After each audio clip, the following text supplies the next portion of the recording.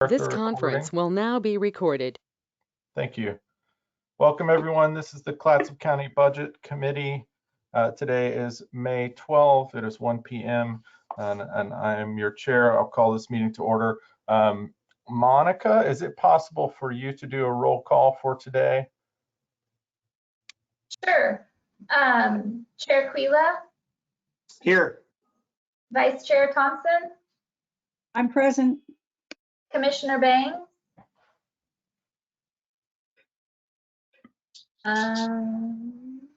She might be joining us late. Commissioner Webb? Here. And then Commissioner Toyoka is excused. And then Budget Committee member Andy Davis? Here. Norm Brown? Here. Danelle Davis? Danelle Davis. I don't see Danelle yet. Okay, and Gretchen Mather.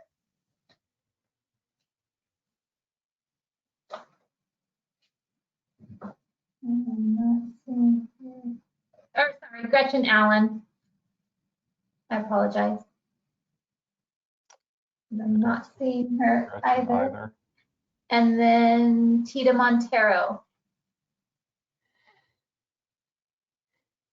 Oh, she just arrived. She heard us calling her. Hi, Tita. Hello. So it appears we are missing Commissioner Bangs, Danelle Davis, and Gretchen Allen. Okay. Thank you, Monica. And Monica, can I clarify for the group here today, we have until 4 p.m., is that correct, until we need to transition to the district budget meetings? Yes. Okay. And I believe we have actually, do we need to take public comment in advance of anything else? Is that correct? We can go ahead and take public comment, yes. Okay. So we have a regular agenda where we'll go through department by department, but before and after that process, we'll take public comment. We would ask that we limit your comments to 3 minutes, and if necessary, we'll cap a total time on public comments. But if any member of the public has comment for us today on the budget process or items that we will be reviewing, we would love to take comment at this time. Is there anyone from the public who would like to make public comment?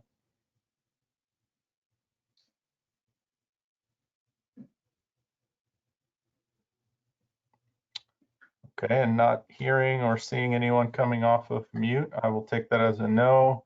We will attempt to also give a little time at the end of the meeting for public comment as well. Welcome, Commissioner Bangs. Thank you for joining us too. I believe we're starting off with the Wic program on 260. Is that your recollection as well, Monica? Okay. If you would like to introduce that program, again, that's page 260 in the packet, folks. Sure. And I'm going to leave my camera on for now, but it appears that I might be having some internet connectivity issues because you're all quite fuzzy. So if I close off my camera, that is why. So the Wic program on page 260, this is primarily a status quo budget. They did make some changes during the 2021 year to account for the COVID situation. And so they are continuing to see their clients, but they've been able to do so virtually, which has helped continue that continuation of care.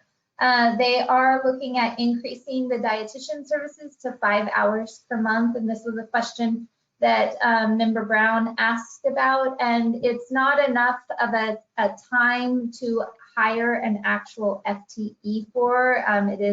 It is a specialized service, and so for 5 hours a month, it's easier to just contract those services. We do know that we have to update our performance projected performance measures in there, and due to the transition, there's some information there that will get updated prior to the adoption of the budget. So any questions?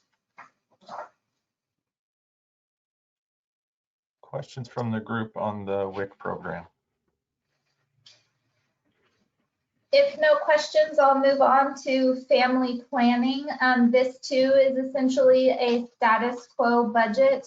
They're continuing on with services as well. One thing that we are planning for in the 21-22 fiscal year is longtime provider Dr. Erfling is going to be retiring, and so we will be doing a recruitment in the coming fiscal year to fill that vacancy. Her service has been greatly appreciated, though. Are there any questions in regards to family planning?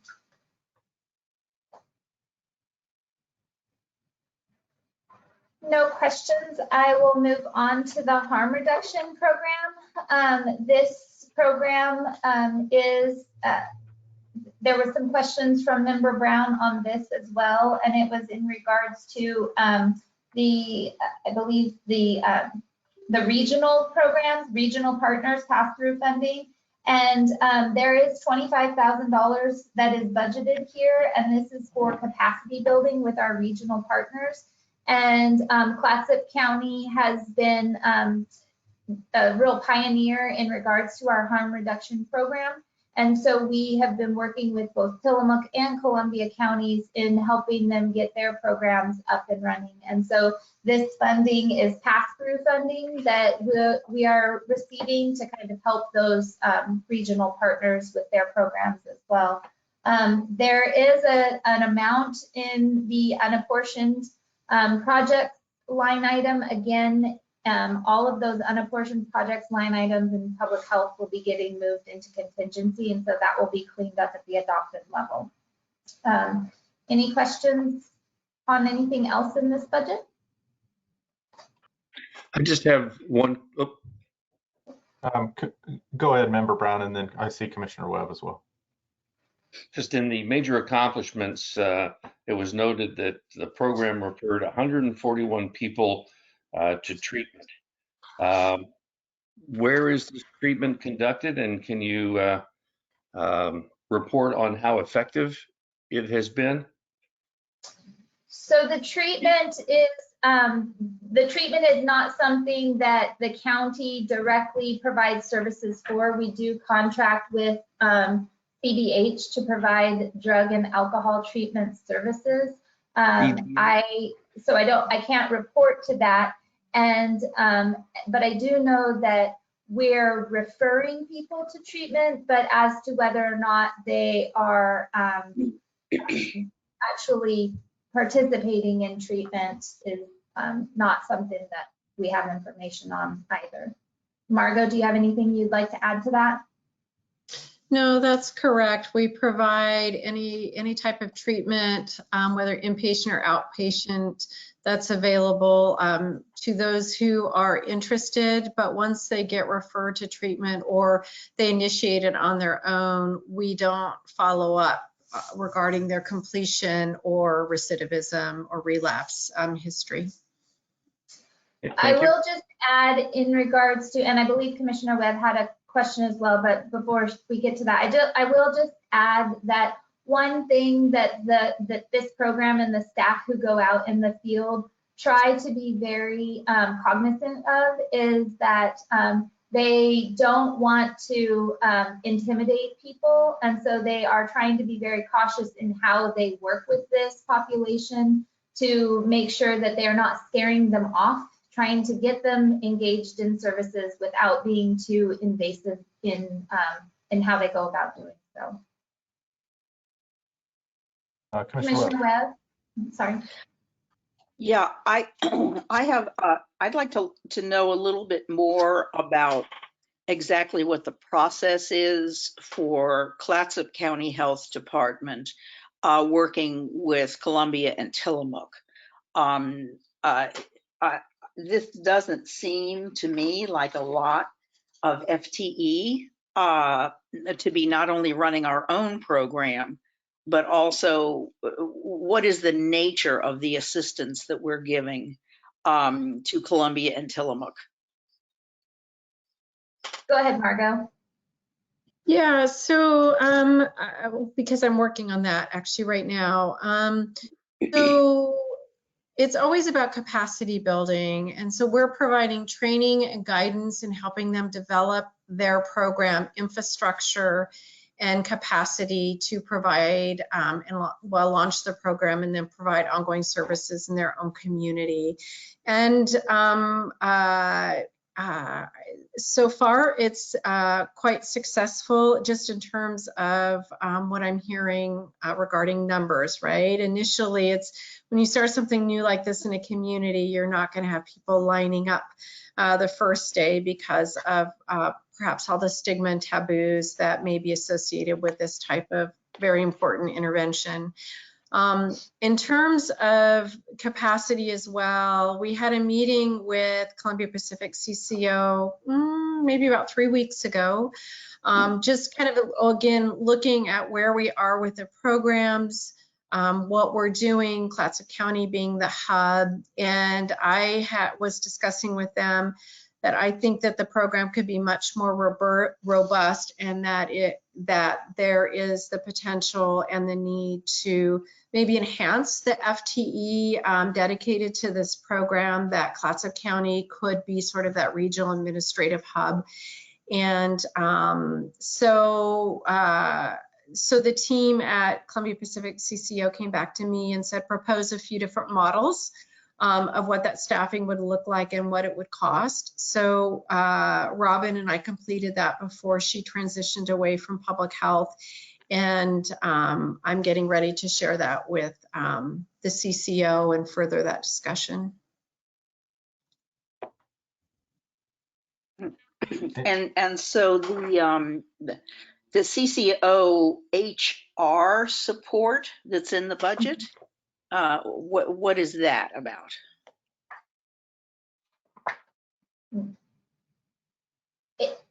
HR is harm reduction. Margot, I'm sorry, you're muted right now. Oh, I'm sorry. That's okay. Yeah, sorry, I'm going between different screens on one screen. So yes, it's harm reduction. Okay. Not HR, human resources. Okay, and that is that, what is the source of those funds?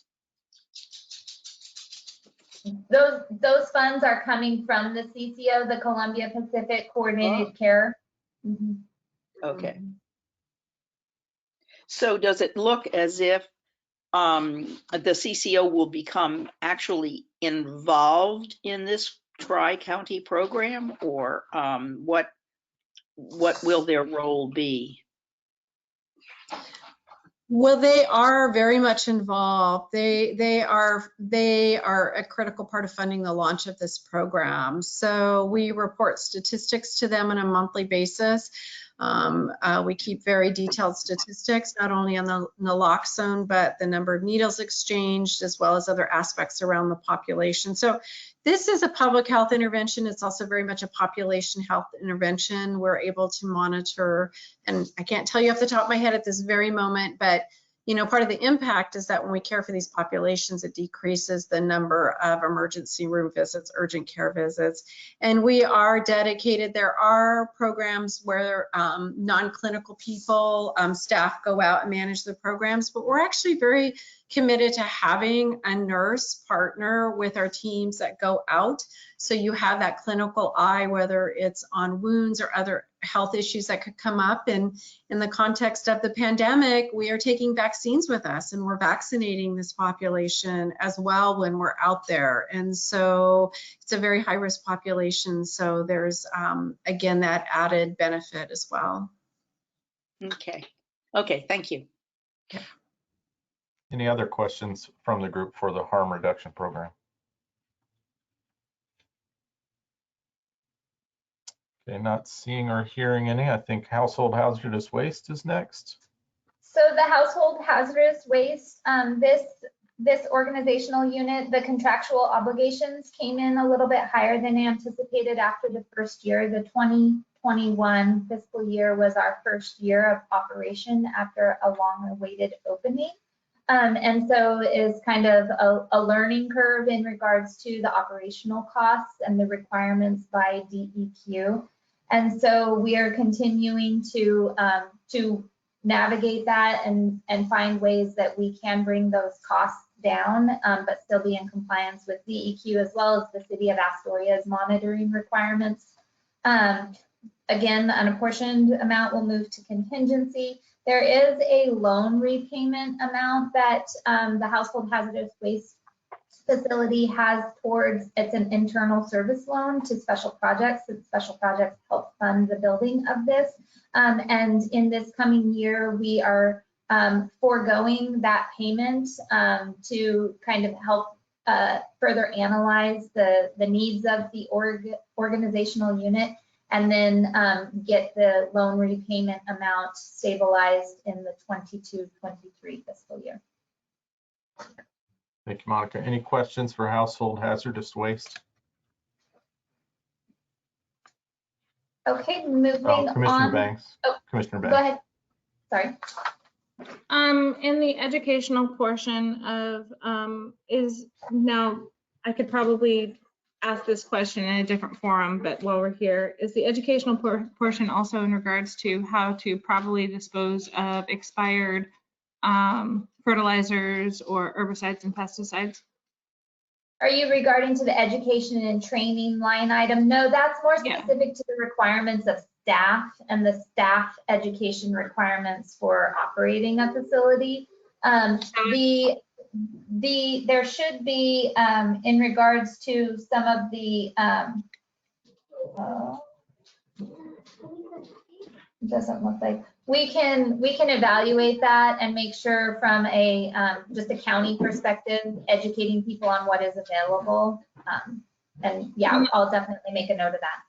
Awesome. Just educating people on how to properly dispose, the time frame, because it would just be, I think, a wonderful added benefit to this program. Definitely. Thank you. Thank you, Commissioner. Any other questions or comments for household hazardous waste? Commissioner Webb. Yeah, I'd like to know what the relationship is among the cities and the other franchise holders for waste in the county. Specific to household hazardous waste, or Yes. are you referring Yes. to like solid waste? No, I'm referring to household hazardous waste and the relationship with the other franchisees in the county who deal with all kinds of waste. So there isn't a franchise relationship. We do allow, there is a relationship between the city and the county because the city land, but all residents in Clatsop County are able to bring their household hazardous waste to the facility for free, but then there are commercial uses. And so if you're bringing, if you are a commercial business, and I would have to defer to the health department in regards to what qualifies as commercial, but those commercial businesses do have to pay a fee. Is that what you're referring to? Yeah, and is there some kind of an agreement? Excuse me, I have a very, my puppy is very interested in this subject, and so she's whispering in my ear up to ask certain questions. What kind of, I mean, you mentioned the city is, I assume that you're referring to Astoria. Yeah, so the city of Astoria is just who we have a long-term lease agreement with, because the household hazardous waste facility is on city property. And then also because of the type of the facility that it is, we have specific permitting requirements. Since it is built on a landfill, there's certain methane testing requirements, as well as catch basin requirements from a city permitting perspective. And so that's the relationship that we have with the city. But then the fees that are collected come from those tipping fees for those commercial users. And then again, the residents can, whenever we have a household hazardous waste event, they're able to bring those wastes to the facility for free. Yeah, but what I'm getting at is, did the cities contribute anything to this program? I know that when we opened the facility, we were way over budget, et cetera. And is there any kind of an ongoing payment that comes from the cities to support the whole effort? No, there's no revenues that are coming from the cities. And I can let Margot speak if she has anything more involved in regards to how this is a fee-based program by the users. Yeah, I don't have any additional information. You know, I was the public health director when we were in the process of launching the household hazardous waste and developing the tipping fees. So it comes from individuals in the community who pay a tipping fee with their garbage bill. But nothing that I know of is coming from the cities. And that's why the site is open and available to all the community, but there's not a separate, there's not a separate fee that the cities pay in addition to the Recology customers. I do know the cities, I don't know this is really relevant to your question, but there is a household, or there was a household hazardous waste advisory committee, and I'm sorry, I just haven't been working on that since I've been in this role, but that engages the public works partners and representatives from all the different municipalities to inform on the household hazardous waste program. I don't know if that committee is still in force, but I sat on that committee when I was worked at Tongue Point years ago.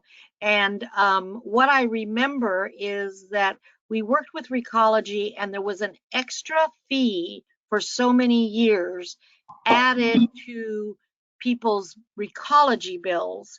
And that money was specifically for building this facility. And so, so basically the the Recology customers paid for, I don't know what percentage of building the facility. Thank you, Tita. Monica, did you have anything else on that topic? I had a couple hands I want to get to as well. Yeah, I was just going to add that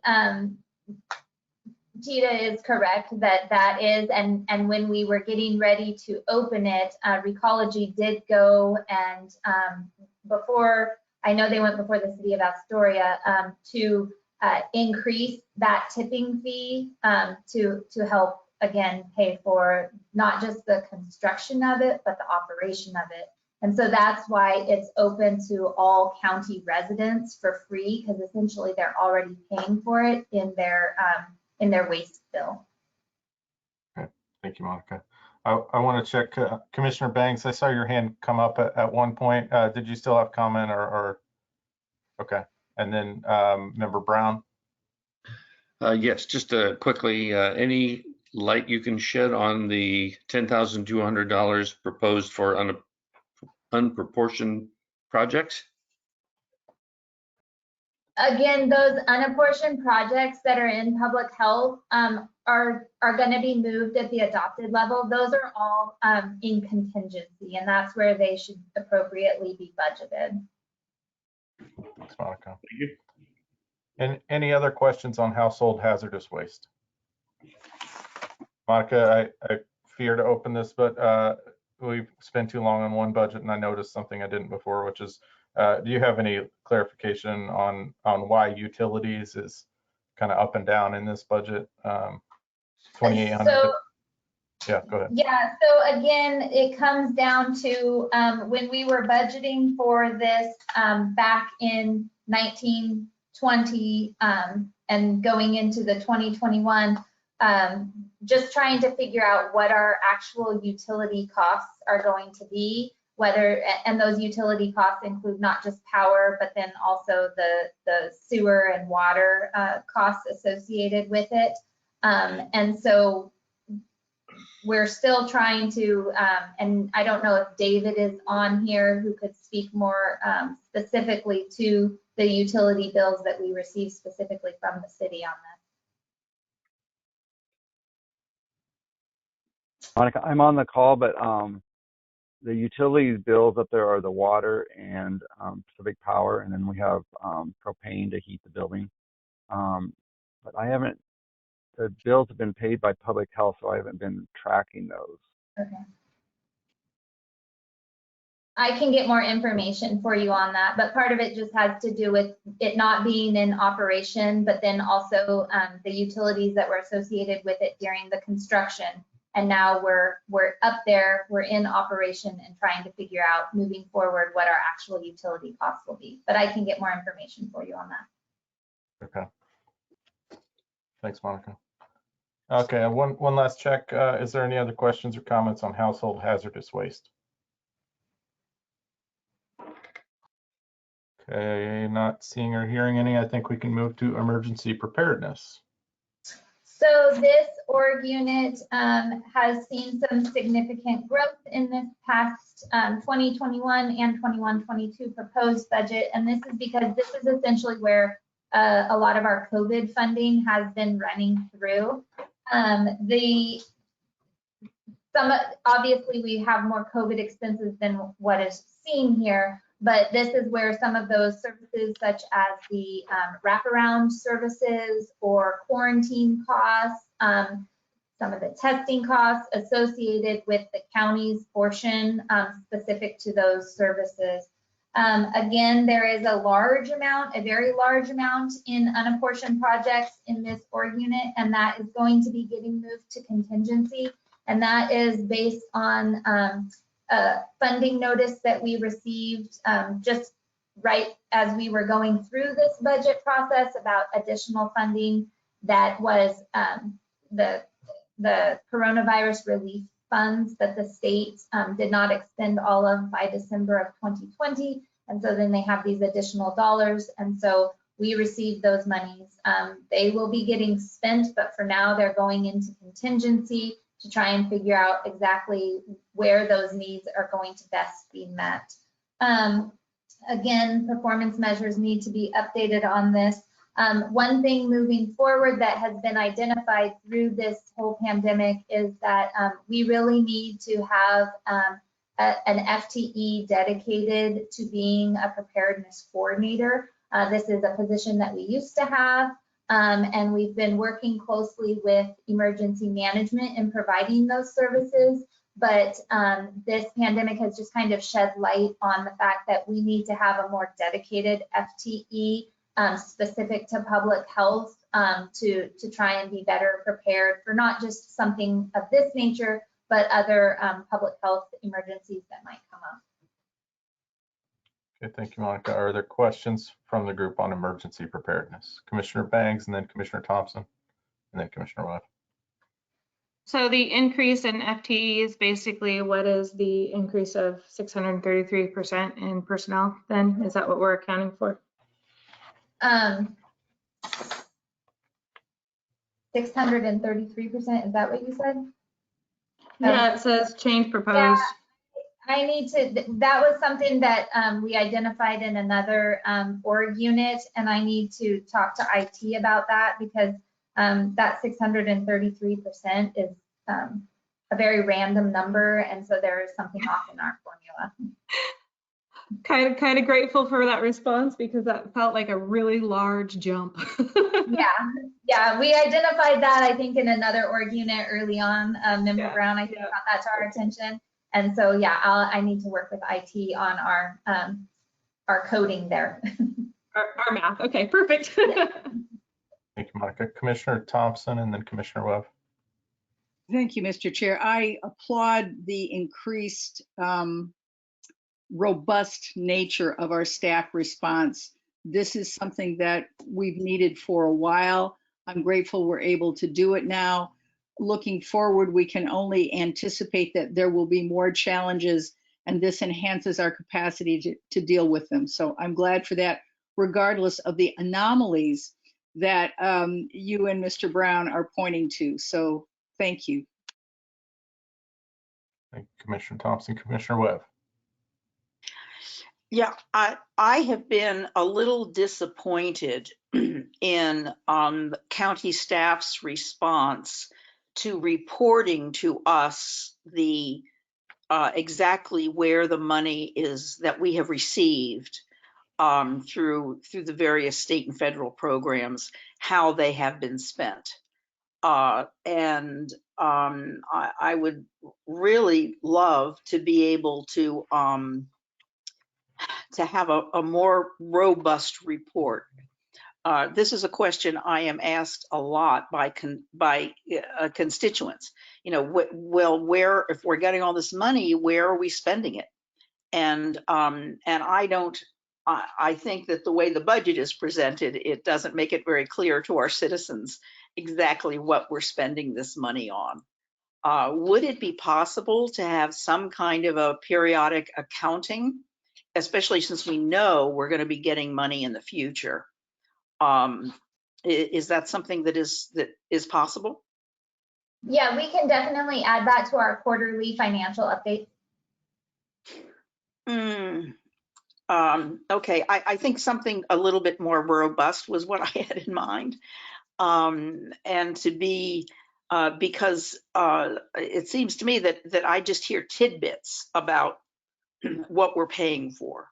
And I'd like to see more specific details about exactly. When I say add that to our quarterly financial reporting, I mean specifically the CRF as well as the American Recovery Act monies. We can provide a breakdown of what was spent on county personnel as well as what was spent on different functions such as increased cleaning or supplies, PPE supplies, additional supplies, as well as what we have distributed out into the community, whether that was for social services or whether that was for community business grants. We can provide that more robust information in the quarterly financial report. Okay. Well, Thank you. Chair Davis, members of the Budget Committee, if I could just add a little bit on, is that most of the funding that we've received to date is the CARES funding, and a lot of the CARES funding was paying for the cost of the county responding to the pandemic, and it touched on a number of different elements, including some of the things that Monica mentioned, you know, cleaning costs, but it also covered some additional staff costs or to cover some of the lost revenue because we were reallocating staff to the COVID response. And then we also passed a number into the community through business grants, through services or funds to our nonprofits.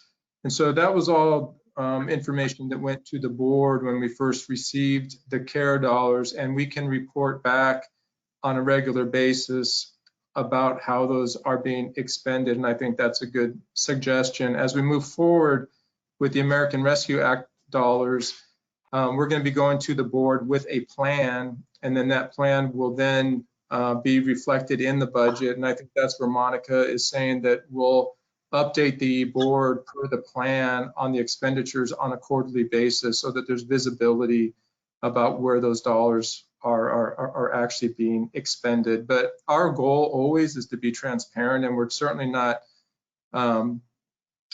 interested in not being accountable for that money. And so we will certainly look at ways that we can enhance that, because that's what our goal is. So thank you for that feedback. Thank you, County Manager. I just want to note, before Commissioner Banks, I see you there. I just want to note that member Danelle Davis has joined us.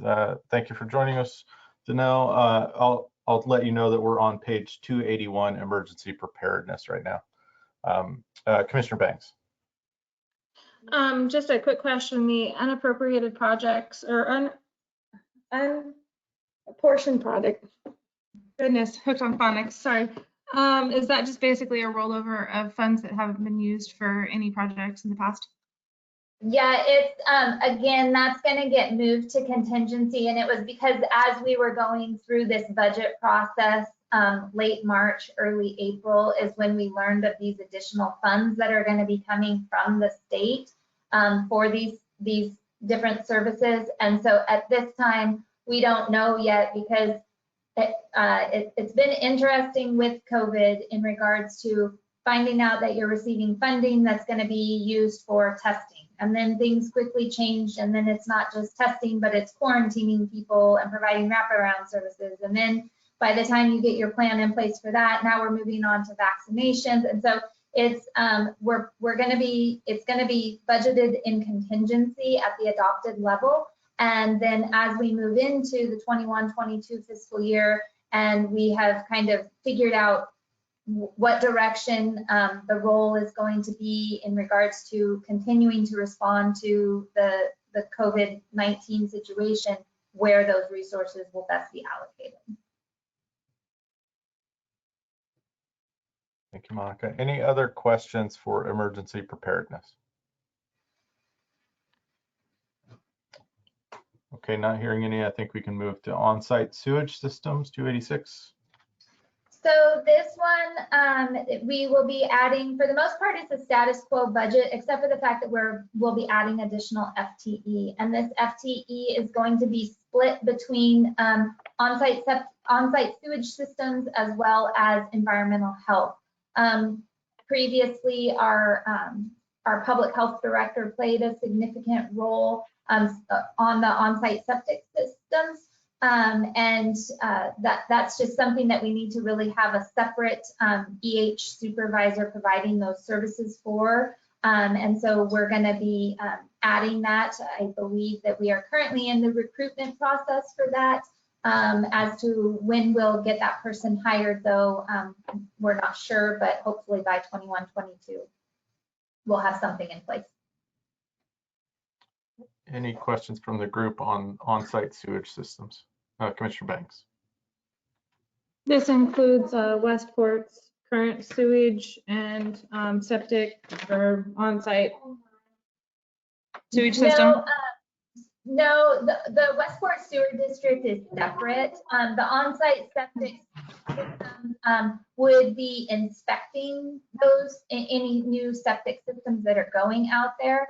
But those who are out in Westport are a little bit different in regards to how they're hooked up to the sewer district out there. And that's a separate district altogether. Okay, but it's a district that the county is in control of, basically. Yes, and you will hear that district budget meeting at 4. So don't go in. Thank you. Other questions for on-site sewage systems? I might have a couple, hopefully quick ones, just on the measures. One that caught my eye is a drop of 100% to 0 for percent of failed system reports resolved. Is that a result of not getting any? And it's just a... So again, we had a transition in leadership during the budget time. And so trying to get our budget in regards to appropriations in, and then also following up with the performance measures.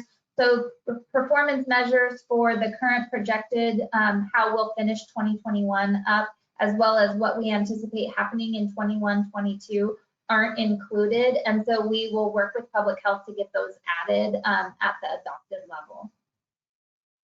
Okay, so I should disregard the 1920 actuals as reported here. Okay.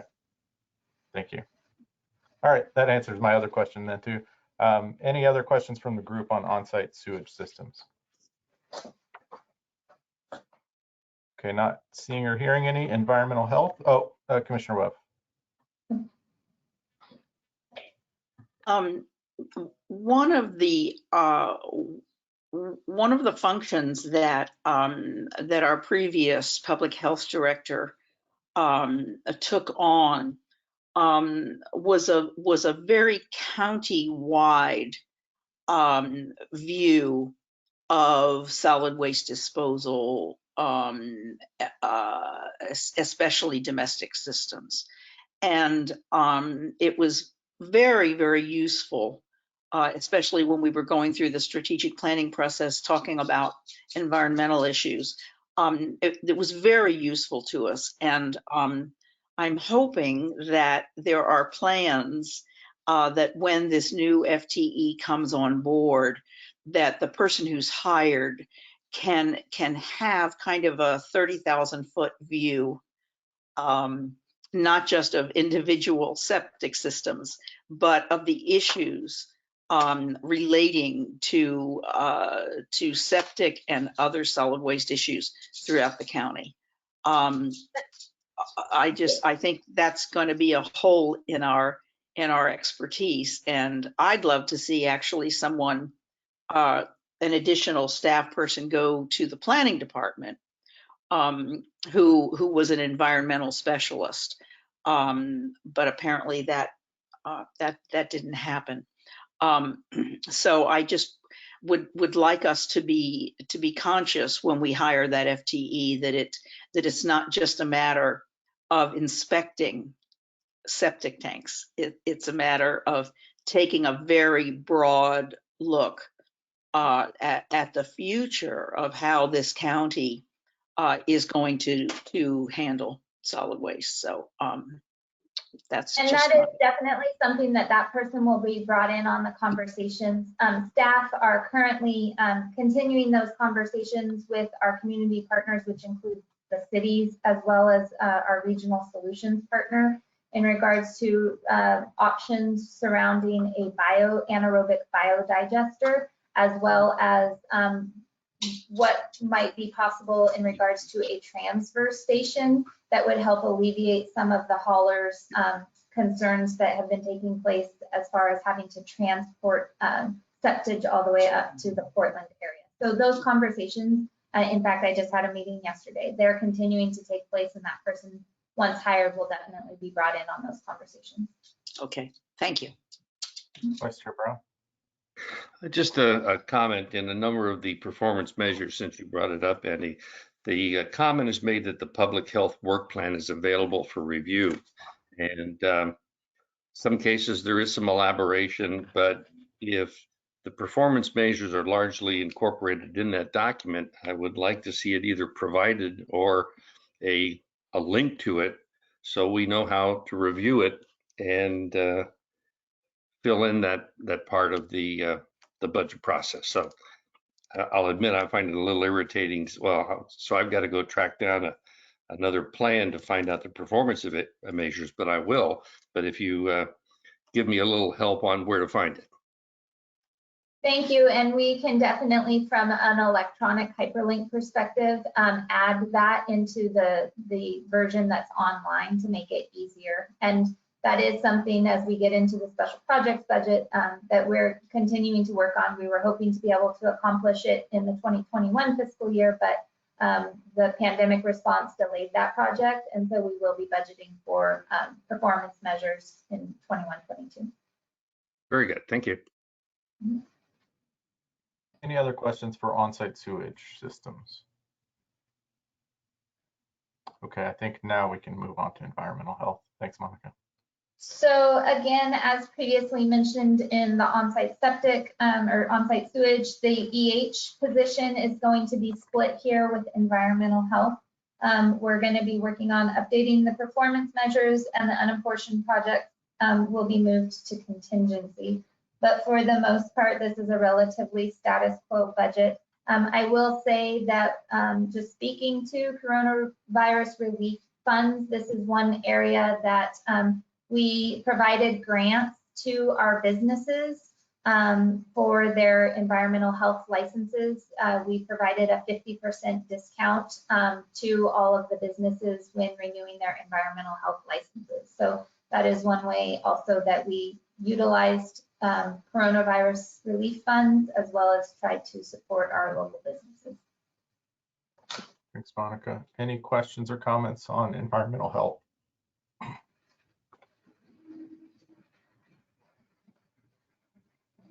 Okay, not hearing any. I think we can go to the, do you want to deal with appropriation for contingency separately from 306? Sure. Yeah, so as I mentioned in all of the previous org units for the health department, the contingencies here, they're all listed out. So if you look on page 307, the starts with 32,170 and ends with 18,860 for a total going into contingency of 409,420. So all of those other org units are going to be reduced in their expenditures by that amount, and that will all be budgeted in contingency. This is just a learning curve working with staff in regards to how we budget contingency. And so right now it's showing a beginning balance there. Contingency doesn't have a beginning balance, it's the whole fund. And so any additional revenues that don't get budgeted there in the other org units are budgeted in contingency, and therefore those are the revenues. It's not a separate beginning balance. So any questions on contingency? I know contingency always is a confusing one for a lot of people. Yeah, I was going to say staff isn't the only one with the learning curve here. So, yeah. Commissioner Thompson. Oh, thank you. You dragged the bait in front of me one time too many. So here's what I'll say. When we're looking at money that we hold in reserve in whatever capacity, duration, label we put on it, I think it's important to have prudent reserves. I want us at some point during the year, 3 months in, 4 months in, sometime soon before we get too far into the fiscal year, I want us as a budget committee to look at what's a prudent level of reserves. Where should the balance point be between reserves and expenditures so that we are in fact investing? And I see some nodding heads, which gives me some gratitude. So I'm just going to put a placeholder on that one and not belabor the point, but say I'm looking forward to that meeting to talk about the balance point. Thank you. Thank you, Commissioner. Any other comments or questions from the group on appropriations for contingency?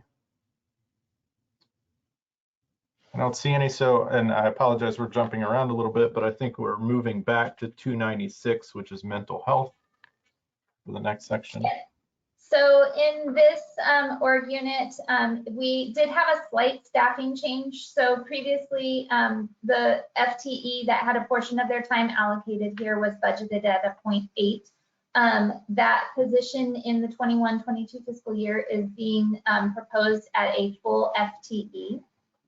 And then the FTE that is allocated of that person is being reduced here, not because we're reducing any types of services. This position provides contract oversight for our mental health contract, the IGA with the state, and then the contract that we have with CBH. And it's not that they're going to be doing anything less, it's just that we have become much more efficient in the process, and so it's not requiring as much time from a administrative perspective in regards to all of the contract amendments that happen between the state and CBH. One thing that you'll notice currently is that there is a reduction in expenditures. And this is because the state is going to, they're currently in contract negotiations with the counties in regards to these mental health contracts. And they're also making a change in their funding cycle. And so right now, the amount that is being proposed in 21-22 is only July through December. And that's not because we think that they're going to stop providing funds for us to have mental health services. It's just that they are going through a review process. So our current contract that we have in place with them runs January 2021 through December 2021. And so then we will be getting a new contract with the state, which then would carry over into a new contract with CBH for the remainder of the 21-22 fiscal year. So we'll be coming before your board during the 21-22 fiscal year prior to this contract expiring with a budget amendment. Okay, thank you. Commissioner Banks. I just want to make sure that within that amendment will be the adult and adult foster care and other adult services, because it looks like there's a whole lot of zeros and a lot of reduction there. So is that the main topic that's going to be addressed, is the adult services? No, so that particular service element, the way that we budget is based on the service elements that the state provides. And so the adult foster services is not specifically something that we have in this contract, but is in, I believe, our DD contract, which we no longer have a contract with. That is directly between the state and CBH.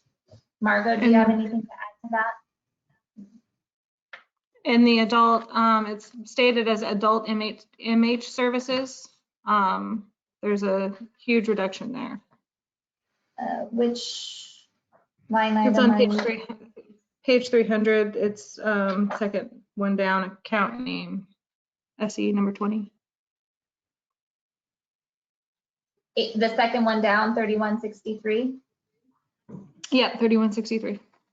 That one is going up slightly. I'm not sure what you mean. Oh, sorry. I was looking at the wrong number. I apologize. Thank you for the correction. Okay. So Does that answer your question then? Yeah, that answered my question. Okay. Thank you. Okay. So Monica, while we're on that page, I just want to seek clarification, and maybe this is weaved into what you were saying before. So our community crisis on this page and substance disorder, are those the ones that are going to the different timing cycle, so that they look like they're approximately half of the old they budget? look like they're like these significant deductions that are happening, and that has to do with the contract. So the contract that we have currently is just based on the amount that they gave us for January 1, 2021 to December 31, 2021. And so that splits the amount of that contract into 2 fiscal years. And so we anticipate most likely in around the September timeframe, because that's when the state will be finishing up with their budget, that we will be receiving what that contract amendment will look like moving into the 22 calendar year. So it looks like the community crisis budget is essentially static, and that it would be half, almost of the, or around half of the old budget. But I'm curious about the substance disorder line item, which appears to be a fourth of the old budget. Is that backloaded in the year somehow, or?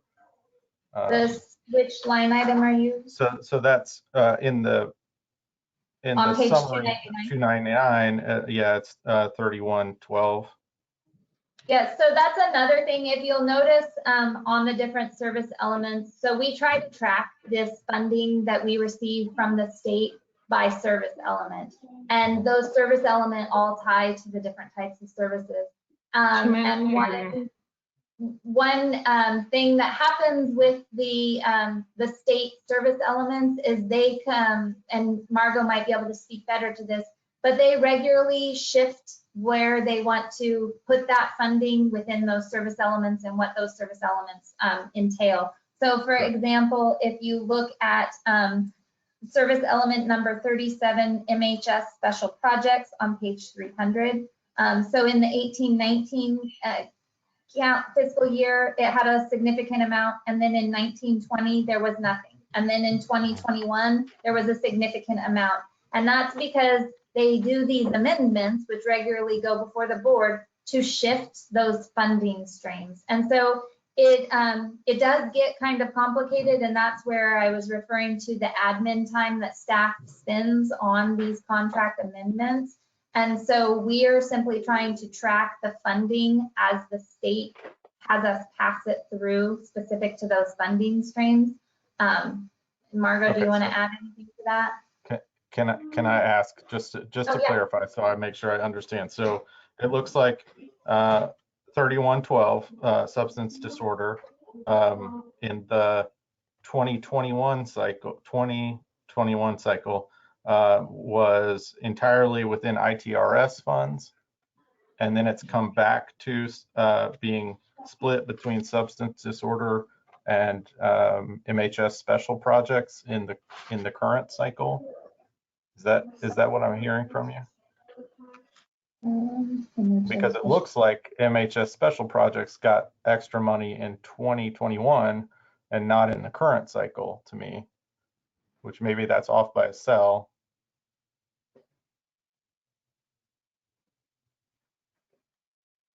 Yeah,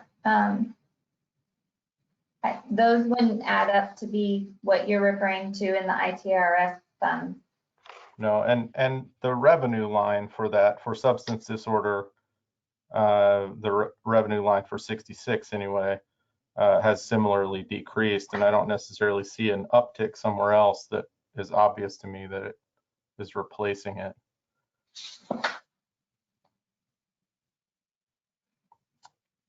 I mean, ultimately, my concern is, are they cutting substance disorder in an effective way by half, or are we just looking at juggling of funds that is representative of them changing? Yeah, we're just looking at a juggling of the funds. And one thing that we have been getting in regards to feedback at the state level regarding mental health is we do not anticipate that we're going to be seeing any type of a reduction in services, because again, this pandemic has definitely highlighted the mental health crisis. And so we anticipate that come the amendment and the new contract that we will actually see an increase in mental health and substance treatment services. But okay. I'll let Margot add anything more that she might know of.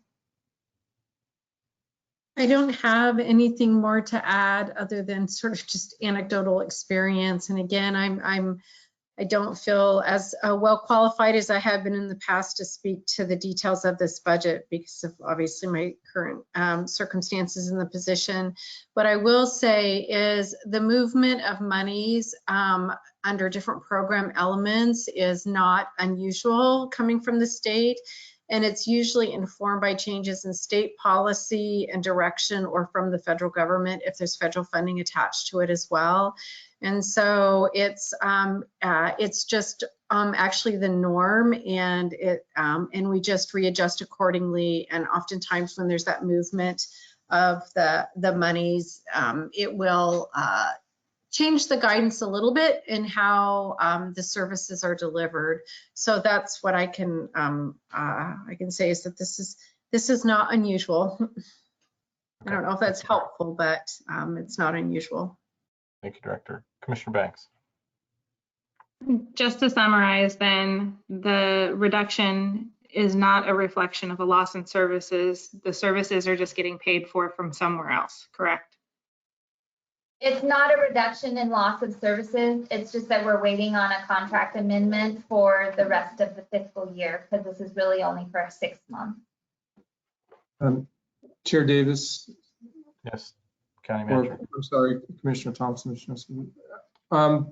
So I think what is a little confusing here is that typically the county budgets for really 12-month assumptions, and here we're budgeting for 6-month assumptions based upon the last 6 months of a contract period. So the other option that we could have done is to just make some baseline assumptions going for that other 6-month period, and then you wouldn't see the reductions, because we do not anticipate an overall reduction in funding from the state for the wide range of mental health services. And so that's something that we will go back to and look at the 12-month assumptions so that we can fill that void that currently exists with that budget. So, because I think that the picture would be a lot different in that case. So, thank you. Thank you, County Manager. Commissioner Thompson. Perfect segue, County Manager. Let's talk about a picture. Let's talk about a picture that includes the Columbia Pacific Coordinated Care Organization. a tri-county entity that gets state funding and provides services in Columbia, Clatsop, and Tillamook County, that has a county commissioner from Columbia County on their board and has a commissioner from Tillamook County on their board and has 0 commissioner from Clatsop County on their board in a decision-making capacity. So I would like to have some elucidation for the members of the budget committee to help us all understand the role of the CCO, because they're allocating, their board is allocating, mother finger up here, allocating millions of dollars in state money that we don't have any say in, that impacts our people. So please help us understand, because I think my knickers are twisted now. Thank you. And if I can respond to that, these monies are not associated with that CCO contract. These are just the state contracts. I hear what you're saying, but I just, yeah. I want to know about that. See this? I want to have us talk about this CCO and the impact it has on the people to whom and for whom we're accountable. Please talk about So let that. me ask, why isn't there a Clatsop County Commissioner on the board? So let me, Chair Davis, members of the committee. This is a decision that the CCO has made about how they allocate the positions on their board. It's something that I think that Clatsop County can engage the CCO board on. I think that they made a lay person appointment instead of a board appointment. And so that was what the CCO decided, but I think it is certainly something that the board, and I can help coordinate with the board to reach out to the CCO and just let them know that the board would like to be represented. So Thank you, County Manager. so that's for a future discussion, certainly. Any Commissioner Webb? Commissioner Thompson, thank you very, very much. I have recently insinuated myself onto the email listing for meetings of the Clatsop County Advisory Committee to the CCO. I think that's, you know, and it was completely by accident. It's because I serve on the NOAA board with a member of the CCO staff who's headquartered in Tillamook. And I asked her about this. Where's our representation from Clatsop County? And she said, oh, well, maybe you'd like to come to the Clatsop County Advisory Committee. So may we please address this issue like yesterday? Can we please not put it off into the bucket? Let's ask this question now. Once again, the CCO just gave a $400,000 contribution to the affordable housing project that NOAA is doing in Warrenton. Nobody told us. The project manager just applied for the money and they got it. These issues are not acceptable to me. The CCO is fundamentally a state organization. And as Commissioner Thompson likes to say, you know, if we're not at the table, then we're going to be on the menu. So I'm really very upset about this. And I'm glad that another commissioner is too. We have in the past couple of years, for instance, when CCO came to us by our invitation, came to give our board share some information about what the CCO was going to do. Mimi Haley, who is the director, didn't even come. She sent you know, a junior level person. So I think it's time for us to stand up and say, okay, let's address this issue. Any other comments from the group on that topic? I will just briefly say, just for those of you who might be curious, there are 4 members of the board from Clatsop County. We don't have commissioner representation, which may be a valid issue, but it's not that we don't have any representation as a geographic region at all. And does Yes, the Commissioner board Thompson. ever hear from those people who sit on the CCO board? Does the Clatsop County Board of Commissioners ever hear from any of those people? And Commissioner it is Thompson. members of the governing body who are the Public Health Board and the Mental Health Board in Clatsop County. And we are the only county of the 3 who does not have a commissioner. So the fact that there are other members from this community does not assuage me in the very tiniest bit.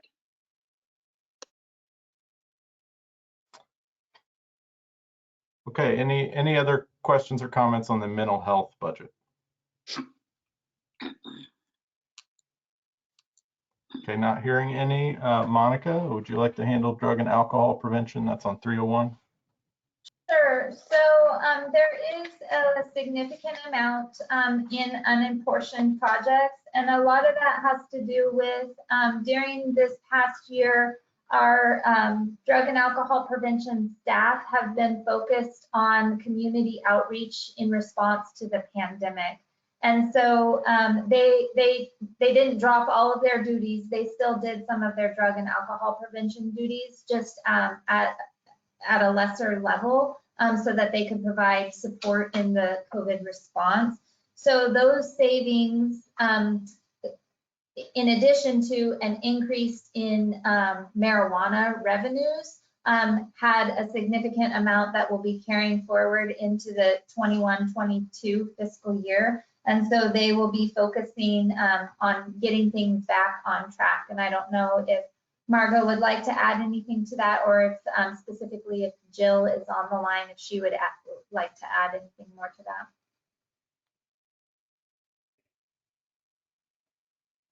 I don't think Jill is joining the meeting. Okay, any Are there any questions? questions? Commissioner Banks. I don't know if this has any relevance here, but I do know that there are a number of grants available at the school district level for drug and alcohol prevention resources in order to hire an FTE at the school districts. And so I don't know if there's a bridge or communication that we can do a little outreach via from the county to the districts, but in the past, what year was it? 2011, I think. One of the districts I worked at had a resource officer. It wasn't an officer, a police officer. It was a resource individual who that was their primary counseling purpose, was drug and alcohol recovery, tobacco specialist. So I don't know. It's just a thought when this popped up. So. Well, I do know that Jill she's been doing this for many, many years, and she's very well connected and integrated in a constructive and positive way with the school districts. So any opportunities that present where there would be a shared interest and capacity to pursue, I can confirm with Jill and find out if there's anything, on the horizon. I do know that they're just very busy and submitted 2 separate plans, one for the tobacco program and then for another program. But if it's an opportunity that's going to provide an added benefit to the community, particularly the school community, she will be aware of it and dedicate staff to exploring that opportunity. And if there's something specific that you are aware of that you of particular interest, do let me know and I can pass it along to her.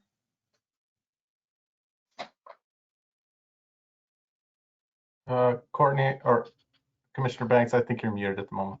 Sorry, I apologize. I think it's called SAMHSA. It's substance abuse and mental health service I'll look into it. I think I can remember it. And it's very beneficial. It provided a staff member for districts for a term of 3 years, which could be then renewed. So anyhow, sorry, thank you. Any other questions or comments for drug and alcohol prevention? Okay, not seeing any. Director, I appreciate you coming back for a second week. I think we're done with your section. Thank you. Thank you very much. Monica, do you have any comments before we move into Public Works? Okay. No, I don't. Then I believe we are on page 398 for surveyor. So this budget is essentially a status quo budget. We're not looking at many changes here. The department is anticipating an increase in revenues as a result of increased work for the roads department. The general fund supports the surveyor fund, so they do charge the general roads department for work that they do. Okay. Any questions? And let me just confirm, is Director McLean with us today? McLean? I believe he is. Yes, he's here. Okay, just wanted to clarify that. Hi, Director. Thanks for joining us. Commissioner Webb. Yeah, I just have a procedural question. Why are we skipping around on the document that I have in front of me? It makes it very difficult to prepare for a meeting where the homework is so intensive when we're not going in some logical order. I'm sorry, I just find it challenging. So we are going according to the agenda, and the reason that we have the agenda laid out the way that it is so that way the department director who is responsible for reporting for different budgets is able to kind of be able to respond all at once. Director Lalich, her section got broken into 2 weeks, but essentially she only had to be here for that portion. Okay, I'm sorry. I apologize for not recognizing that. And just to clarify, Commissioner Webb or anyone else who's curious about, I'm following the agenda that was originally marked April 28, and it's sort of carried over 3 meetings now. So I'm just sort of moving along in that order. Okay, so questions or comments on the surveyor section, or I guess it would be appropriate to ask questions about the agenda if there are more questions on that too.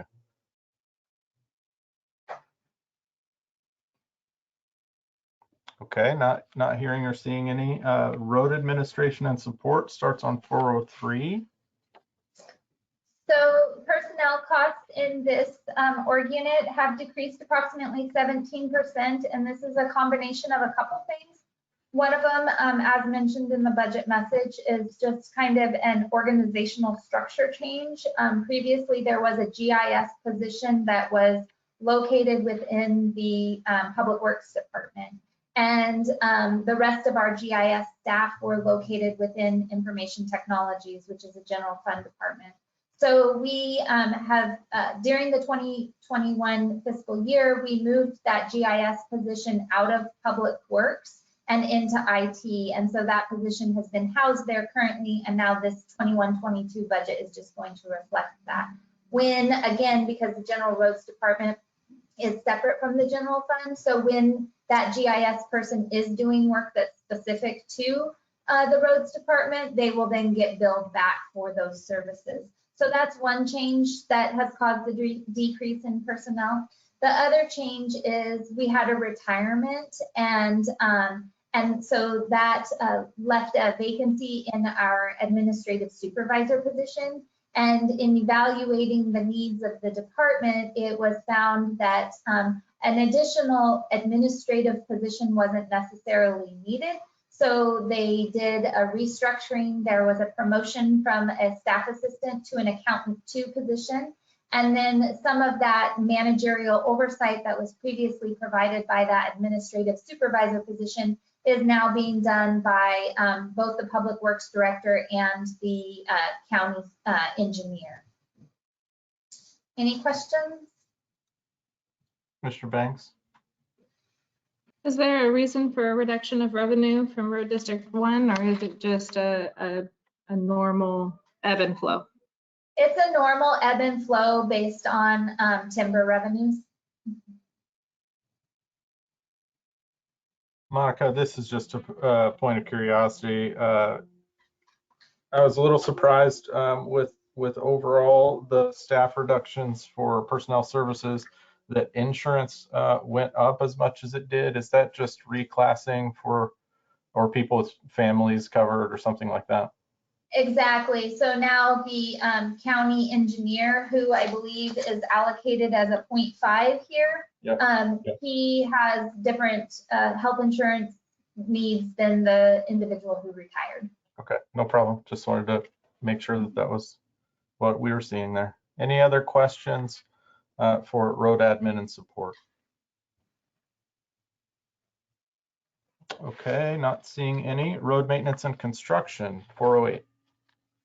Yeah, so again, this budget is dependent upon the types of projects that they have coming up in the fiscal year.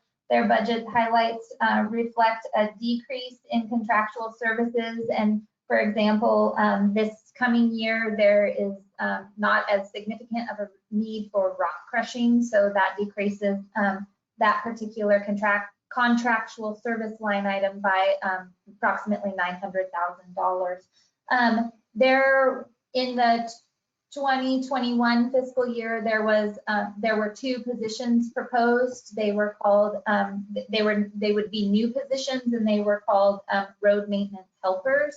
Those positions didn't get filled.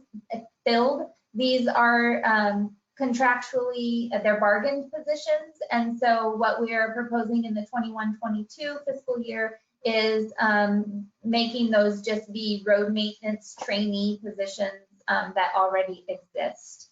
And so so that's, you see kind of the back and forth in regards to that personnel services line item, and that is reflective of that.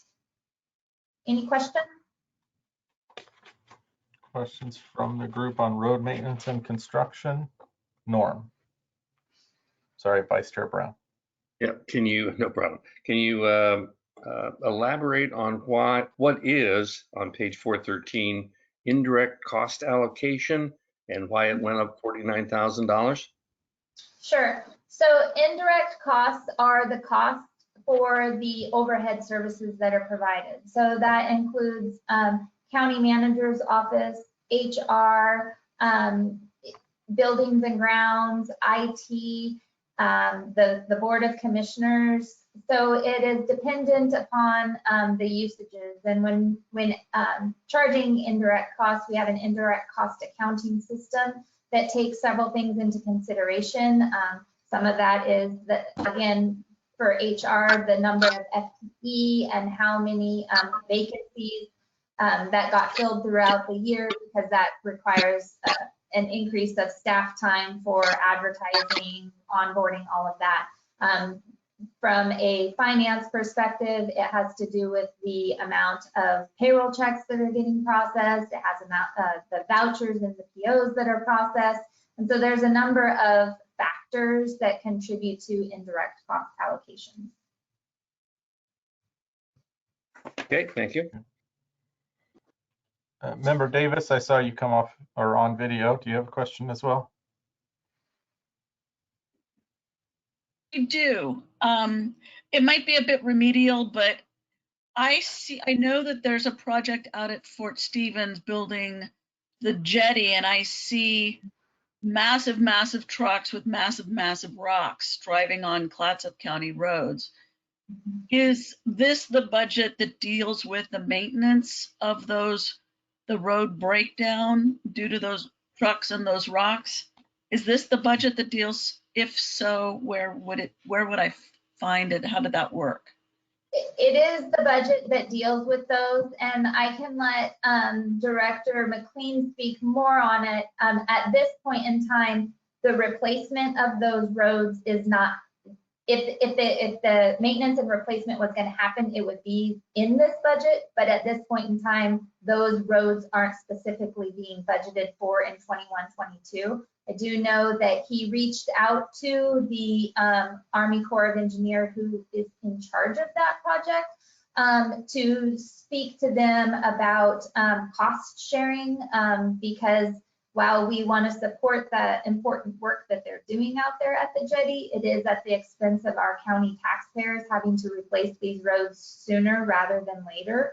And so he has reached out. They did respond to him and let him know that they will review and get back to us. So anything you would like to add, Ted? Yeah, they're open to set up a meeting. Back in 2006, when this project started, we had an agreement with the Corps and their contractor, Kiewit, and for any repairs to the roads because of the rock haul. And so we've just, I found that documentation and went back to the Corps because, yes, our roads are being overwhelmed with this amount of trucking. And now we're having to put off other work in order to repair these roads. So we're in that dialogue right now, and I think we'll get some support from them. Thank you, Director. And so the second part of my question to that effect is, with Warrenton's business park, there's a lot more semi-truck movement bringing goods into the town. This is the budget that would pay for all of that. And how do these large corporations help pay Clatsop County's road fares, or how does that work? So in regards to the replacement of the roads that those trucks are driving on, it would be specific to Ensign because otherwise that's the state highway. We do get state highway funds from gas taxes that helps contribute to these road maintenance funds. And then also from a property tax perspective, those corporations such as Home Depot, Costco, Walmart, they pay property taxes, and so they're also paying the road district property tax that gets allocated based on the appraisal of the assessed value of their property. That's clear as mud, but thank you.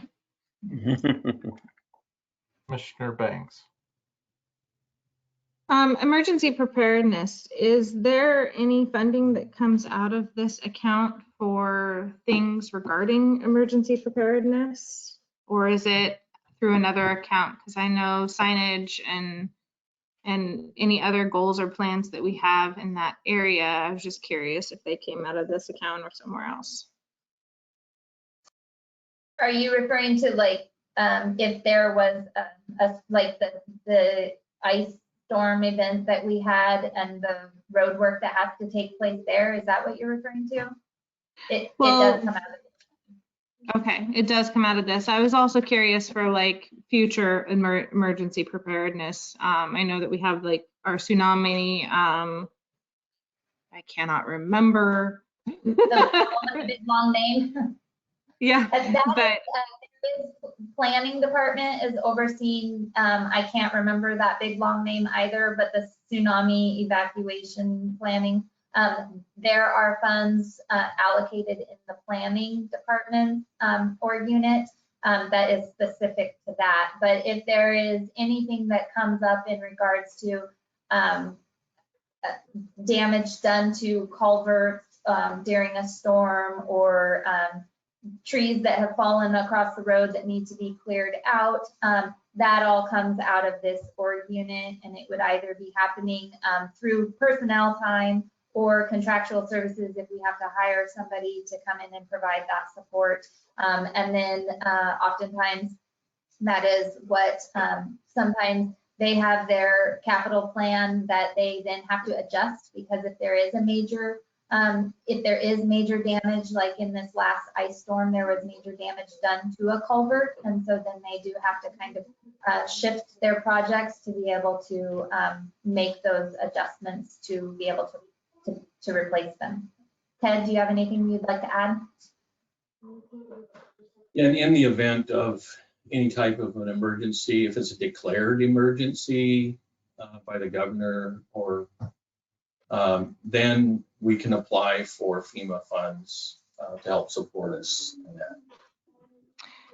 And while I have you, Ted, if a commissioner were going to advocate for a emergency route over, say, East County, what fund would that be coming from? Well, that is a very expensive endeavor to get over that route, to the route that we're describing. So we would have to apply for grants and state support, federal support in order to make that happen. Okay, well, I like the honesty, and I have a feeling you and I are going to be talking further about this. Thank you. Yeah. I don't plan on telling you anything but the truth, by the way. Any other questions for road maintenance and construction?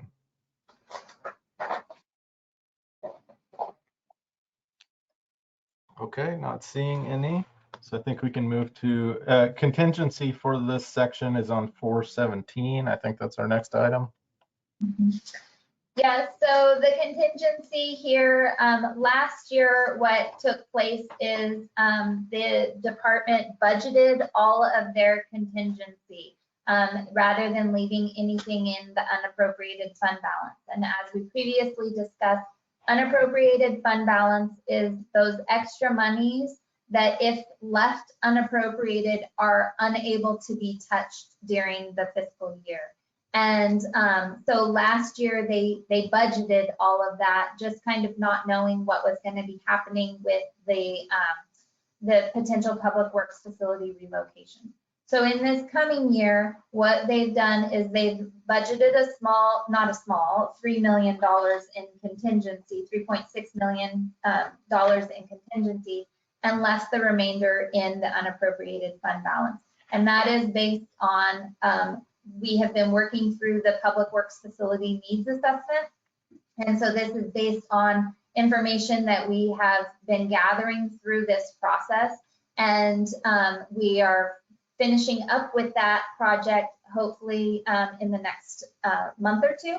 And so then moving into 21-22, depending on what the board, what direction the board decides to go, 21-22 would be looking at the permitting on a chosen site. It would be looking at architectural design. And so the full unappropriated balance is not needed. And so that's why they only budgeted the 3.6 in contingency, should it be necessary. And then moving into the 22-23 fiscal year would be when potential construction, if a public works facility relocation occurs, when that would be happening.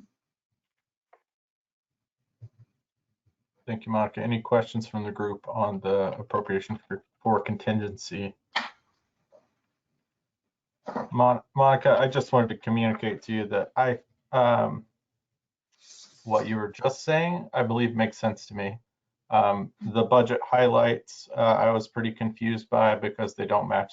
You're nodding like you're aware of that, so okay. Yeah. And I have that noted so that the update can happen in the adopted level. Okay, fair enough. Thank you. Any other questions or comments on contingency? Okay, so we've got land corner preservation on 419. Yes, and this is essentially just a status quo budget. This is the surveyor who works out of here, and it's a specific dedicated fund for replacement of land corners throughout the county. They try to get a certain number accomplished within a year, and So not much is anticipated in changes here other than just there is just regular personnel increases, and there is an anticipated decrease in revenue just because of interest on investments. Any questions or comments on Surveyor Land Corner? Commissioner Thompson. You know, we commissioners and the budget committee, we deal with the really challenging, boring, nitpicky work. I think as a treat and a reward, when COVID is handled, we should go on a field trip and look at the corners around the county. So that's my contribution to a little playfulness in the meeting today. Just saying. I will say that learning about the Land Corner project it was one of the more enjoyable things of my time on the budget committee. I hate to take away the magic by doing it every year, but it's a pretty interesting department. So I am gobsmacked at all the zeros under materials and services for changes is incredible and sort of unbelievable to me. But I trust a status quo budget to that degree, even if absolutely nothing changes. That's just seems unusual to me. But there is a slight change in the indirect cost, so. I did note that, yes. Any other comments or questions on Surveyor Land Corner?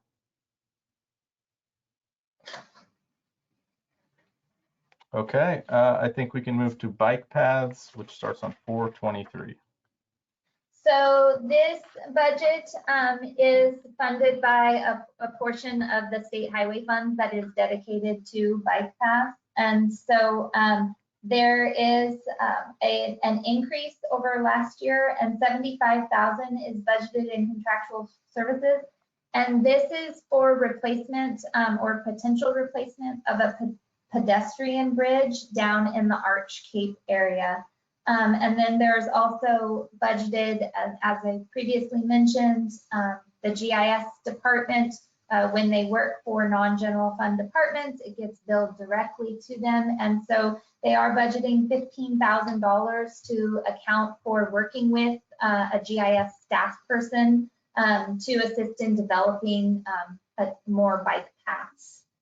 There's also $35,000, and that is to cover any expenses associated with painting bike paths or pedestrian lanes or shoulder projects. Commissioner Banks. Would these funds be applied to, say, state roadways or just to county roadways and county-owned bike paths? Is this something that, are we responsible for bike safety and bike paths on state roads, or like where's the responsibility at?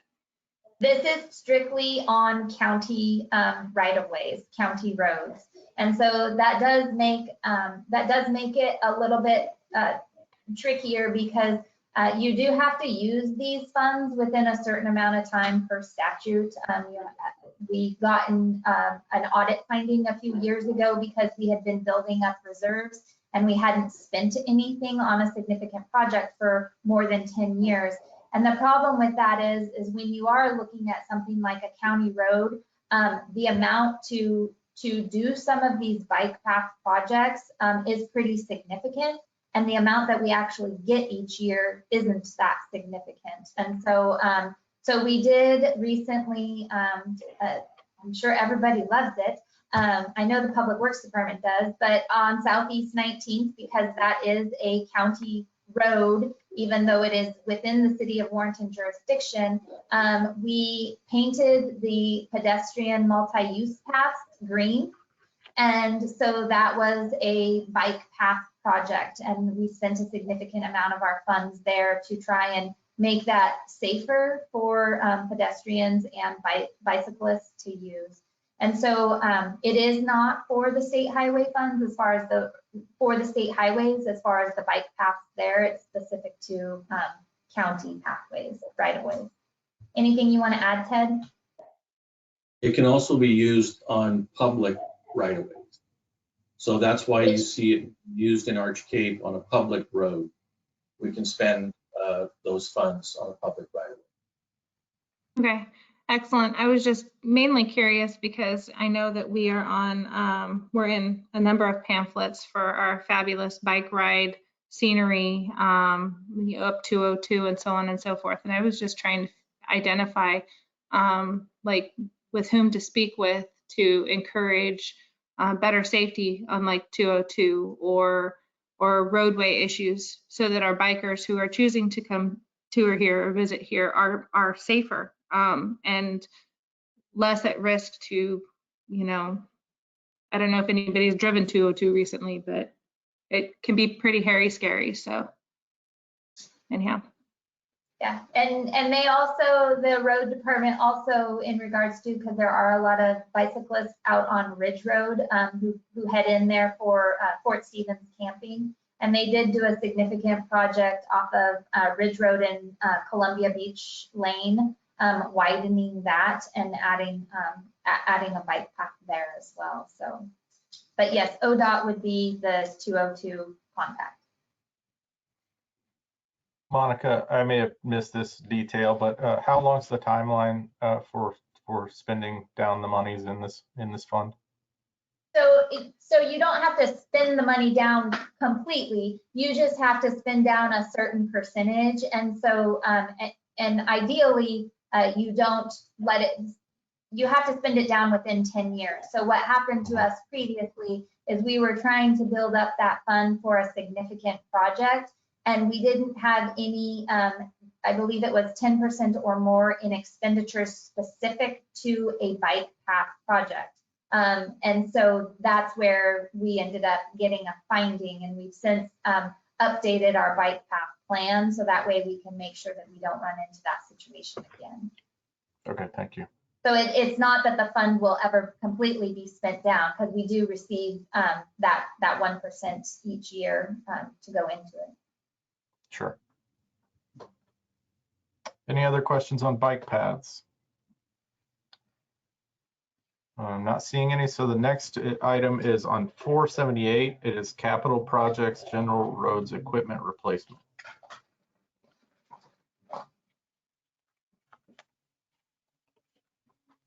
Oh, sorry. I thought you said 428, and so I was. No, sorry, 478. That's okay. Okay, so this is our equipment replacement fund, and this fund also receives money from the road district to help acquire some of the larger equipment purchases that they make. And so this fiscal year, they are anticipating to have more pieces of equipment get purchased, and so therefore the expenditures are slightly higher than in the previous year. They have the different types of equipment that they anticipate purchasing, which include a wheel loader, a mini excavator, a 3-axle trailer, a flatbed pickup, and I'm sorry, 2 flatbed pickups. And so is there any questions specific to this fund? Commissioner Banks. No question. I just see potentially a very large typo on page 479 in the total expenditures. It says 59 million%. Yeah, and that again, I have to work with IT on that and work on that through our review process to see what's happening. So thank you. Any other questions or comments on equipment replacement or extravagant typos caught? Commissioner Webb, sure. I assume that county policy requires that whenever we buy such equipment, that we explore the possibilities of whether or not there are on the market such equipment that is more energy efficient and less harmful to the environment. I assume that's not easy to find with some of these large pieces of equipment, but I hope that we're trying at least to find Yeah. those. Okay, Yeah, thank you. staff does try to find those more energy efficient pieces of equipment, and then they also work within the state guidelines as well, because the state is getting more specific in regards to the type of equipment purchases that they are being required to make. And so that is something that they evaluate on a regular basis. Good, thank you. Any other questions on equipment replacement? Okay, we're doing a little jump again. Our next budget in this section is page 492, Parks Maintenance. So this budget is seeing an increase in regards to an additional staff person. It's not reflected in this budget.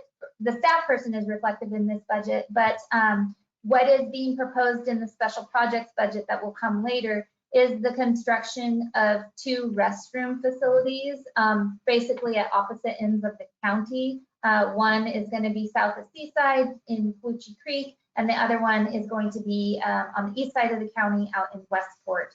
And so, especially during the summer months, it is very difficult for staff to be able to get to all the different parks to check trash, do park maintenance in regards to weed eating and mowing and all that, and then also having these restroom facilities there to clean. So we'll be adding an additional staff person. There's also, they budgeted in the current fiscal year, and they are budgeting again in the 21-22 fiscal year to see if possible to hire seasonal help as well to help specifically for the summer months. There is in addition, there is a significant project that is also budgeted in special projects for the parks, and that's for the Westport boat ramp and transient boat docks that are currently under construction for a portion of the project, and then we'll be continuing on into the 21-22 fiscal year. And then moving forward from there, there will be the completion of the Westport Park that will have play structures and such out there as well. And so that additional staff person will be able to help with the maintenance of that park as well. The Parks and Land Acquisition Fund provides a transfer to help offset some of the general fund costs associated with the maintenance of these parks.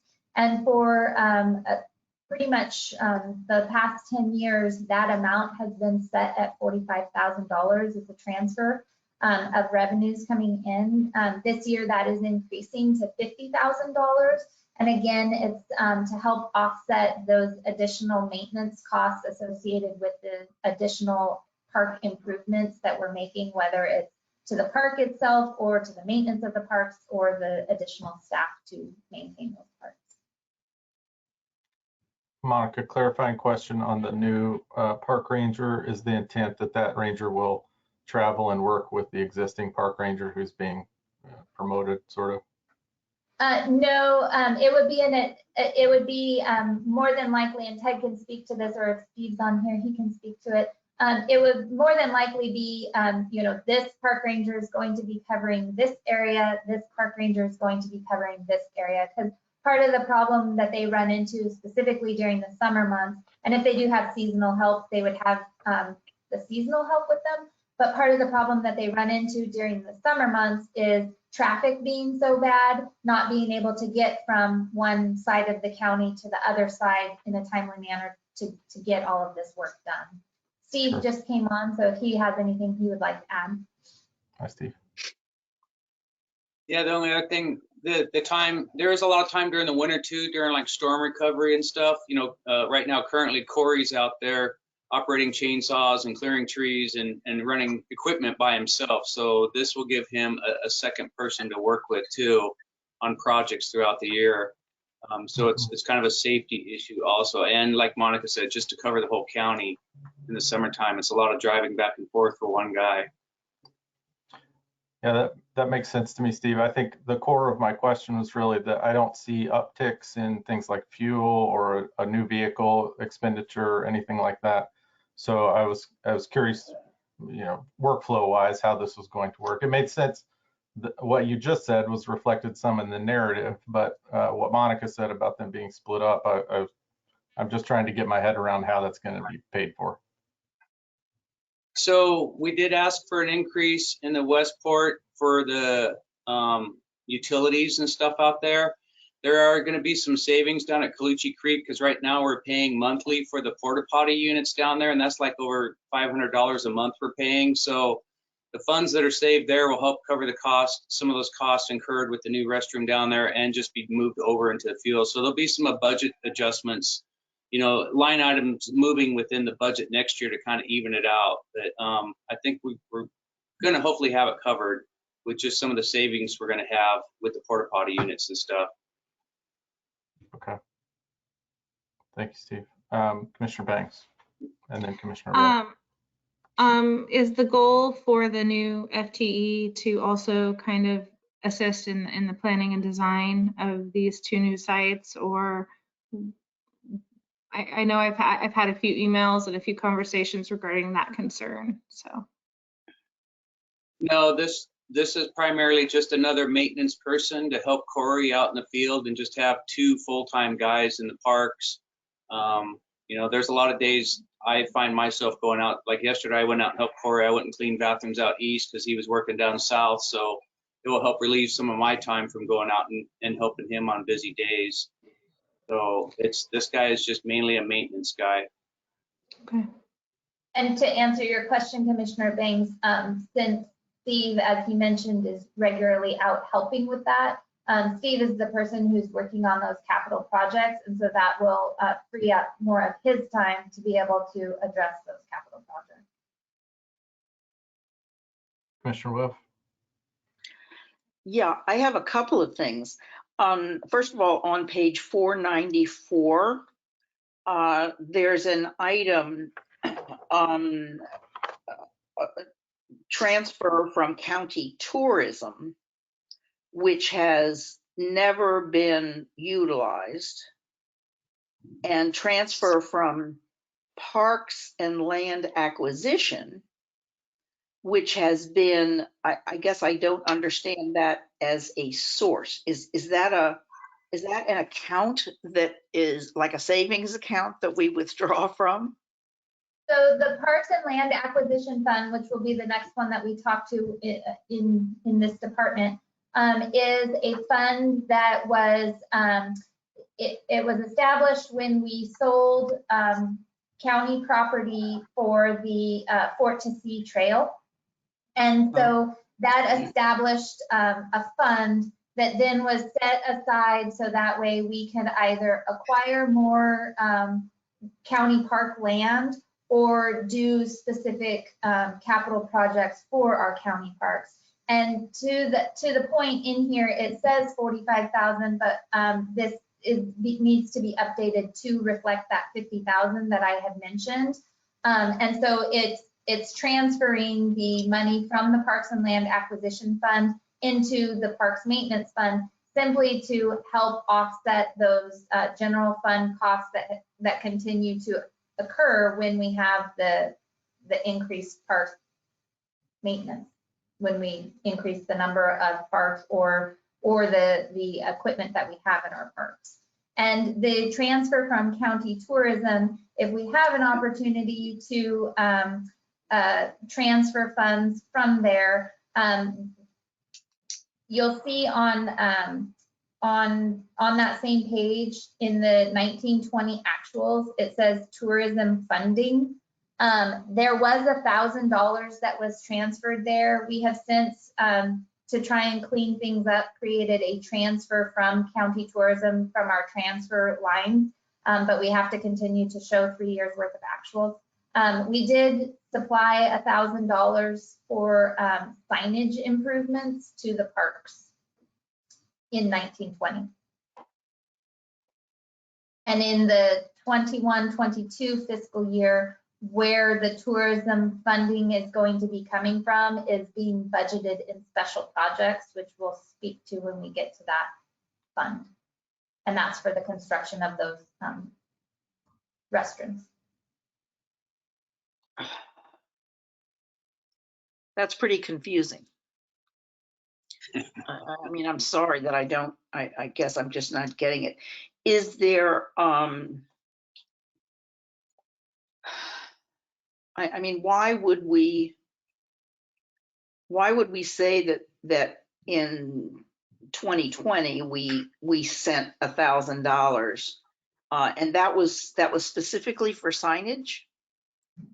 So In was that 2019-2020 fiscal year, we, the tourism committee, because that was back when we had a tourism committee, the different nonprofits who did tourism promotion in the county applied for grant funds. And then we also have departments that we wanted to give monies to for tourism promotion. So the Parks Department received $1,000 so that way we could improve signage. And I believe that this signage was specific down in the Clutchie Creek area.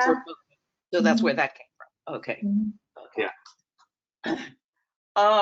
I'm very disappointed that the staff did not recommend or approve of a recommendation that is coming from the Parks and Rec Advisory Committee, which is a very robust and I think a very long-term serving community that really pays close attention to all the good work that Steve does. And the very good parks plan that was done when, Steve, like 2006? Yes. Is now, of course, 15 years old.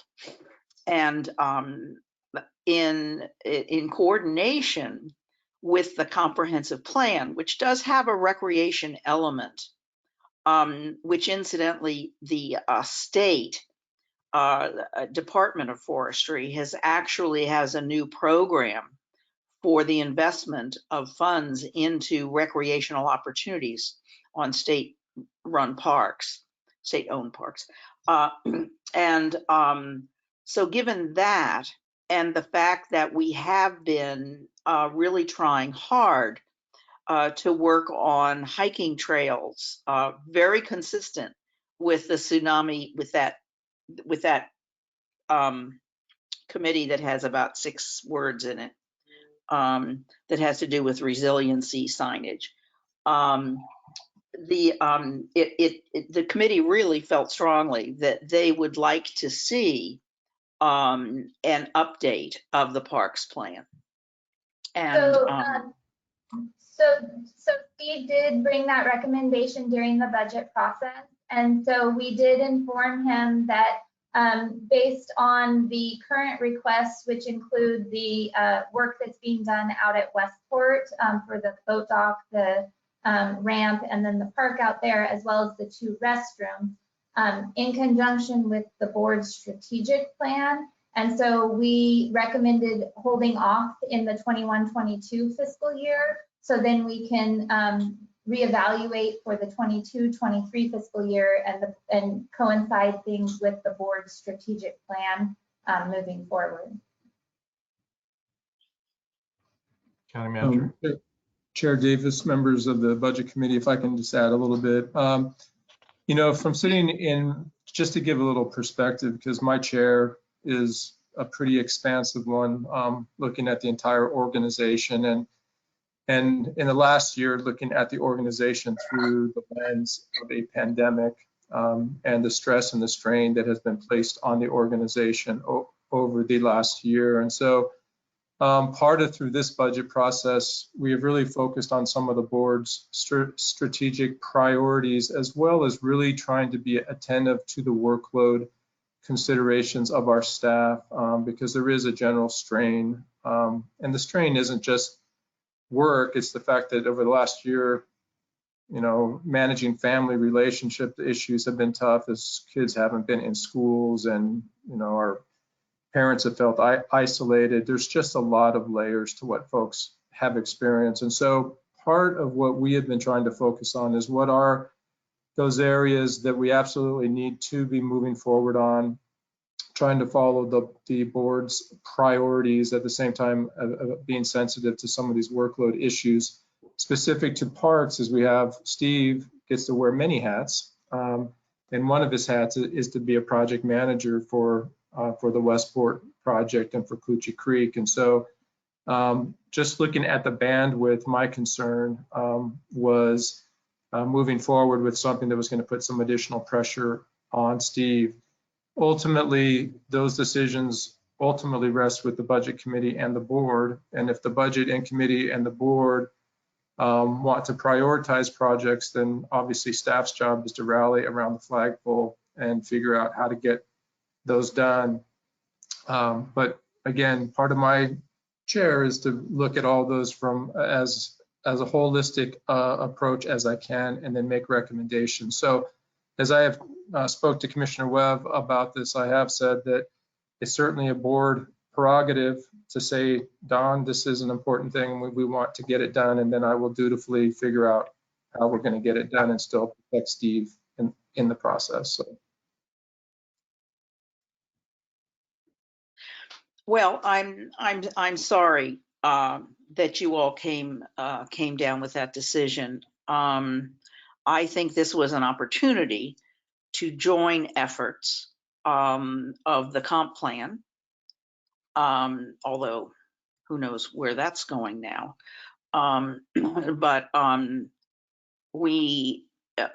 just thought it was a strategic inclusion of long-term planning, which we don't do a whole lot of in this county, and especially obviously during a pandemic year, we certainly haven't kept our eye on the future very well.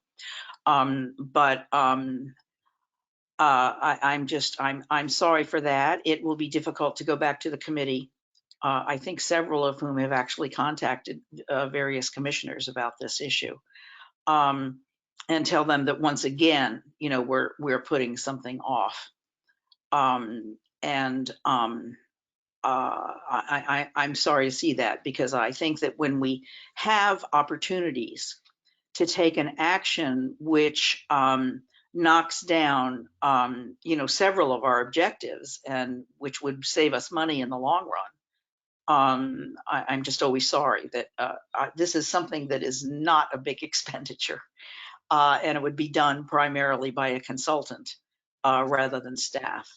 And Commissioner, so I'm just really sorry to hear that that staff has made this decision. And of course, I don't know how the other commissioners feel, but I think that for the rural areas of our county, this is a very sound expenditure, and I'm sorry that you all have come down. It's not whether it's a sound expenditure or not. Again, it is looking at the totality of all of the different pressures that the county's feeling. And my job ultimately is to weigh all those and to make a recommendation to the board. If the board would like to do something differently, it's certainly within your prerogative, and staff would support it 100%. But based on my chair and my assessment, that's the decision that was made, and it was made in good faith, and it was made based upon assessing all these different factors. I certainly am happy to have the board weigh in on that and to have staff do it. But I don't want to make it sound like it's a value statement, like staff doesn't feel like this is important. It's just there's many things that are important for the county. And the pipe is only so big, and we can only send so much through it and still do all the other great work and still maintain the morale of our staff. So it's not a right or wrong thing. For me, it's just about priorities. And if this is a board priority, staff will certainly figure out a way to get it done. Commissioner Thompson. Thank you, Mr. Chair. This committee is very effective, because I got a pretty heartfelt phone call from somebody I've known a long time, and I appreciate it, because you know what? I don't play nearly enough. And anything that would kind of get me out there and get me playing, I think is probably a pretty good thing. On the other hand, I hear the county manager, because I bang on him pretty good, at least, I don't know, 3 times a week, sir. And so he listens always to what I say, because I'm very urgent with my priorities. And broadband is up there, and, you know, housing is up there. And there's just, I have a whole list of things that really matter to me. So the role of somebody who works for a group of 5 is to listen to each one of us and to negotiate consensus and agreement so that staff can proceed logically. And I understand Commissioner Webb's point. I appreciate it. On the other hand, unless we as a board are willing to knock off something else from the plate, we can't pilot any higher or deeper, because burnout is more than a factor, and nobody has to do this job. We commissioners don't have to do this job. Not a single staff person has to do this job. And what keeps us in it together is our sense of camaraderie and teamwork, mutual respect and affection. So I try and balance my own personal urgency and priorities with the children for whom we are doing this. Yes, Commissioner Bangs? Yes, directly or indirectly, we are doing it for those who come after us. So I'm going to cut some slack for this, even though I believe in it, because I don't know anything else that is more important that we cannot do. So thanks for raising the point, but I think the county manager has made the right call in this one, in spite of the eloquent and personal appeal I received. Thanks, Commissioner. Monica, can I ask a process question here? Sure. As far as what's presented to us anyway, it appears to me that basically the department request and the proposal from the finance department are identical in this unit. Is that correct? Am I reading that correct? And so that indicates to me that the department didn't put forward a request to do a replanning process, right? Well, they did say that this was something that came from the Parks and Rec Land Committee. They did inform us of it when we were going through, all general fund departments put in what's called special projects request. And so there was a special projects request put in regarding the Parks and Rec Land's request for the master plan review. And then through that discussion, because they had also put in, the Parks Department also put in the 2 restroom facilities and the boat ramp and transient dock requests.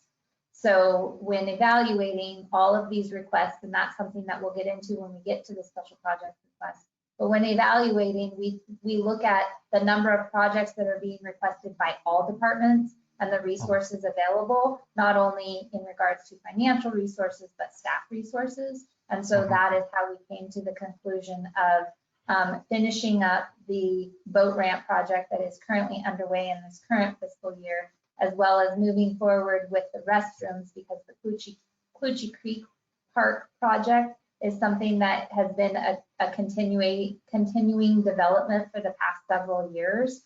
And so finishing up some of those projects with the parks and then moving forward in future fiscal years as far as reevaluating the master plan. So is there a line item in special projects somewhere that represents a cost for this planning process? Not in the 21-22 fiscal year, because it's not being proposed. If it's something that the budget committee would like to propose when we get to that special project, that is something that could be added at that time. Okay, I mean, yeah, the reason I'm asking is just if we want to make an informed decision about whether or not we think pushing forward on, if the commissioners decide that they want to push forward to get this plan done this cycle, I don't know what dollar amount that actually represents, or time or stress on staff. You know, I'm understanding what the county manager is saying about balancing priorities and things. I just want to know what we would actually be asking for if we go forward with that process. And I can grab that information, or Steve, if you recall, but I want to say that there was an amount of approximately $100,000. Yes, it was $100,000. Okay, thank you. I mean, that at least gives me a ballpark. I have no idea what we're working with otherwise. Thank you. Commissioner Thompson. Thank you for that cogent question, Mr. Chair. As I understand it, the concern was not just the amount to pay the consultant's contract, it was staff oversight.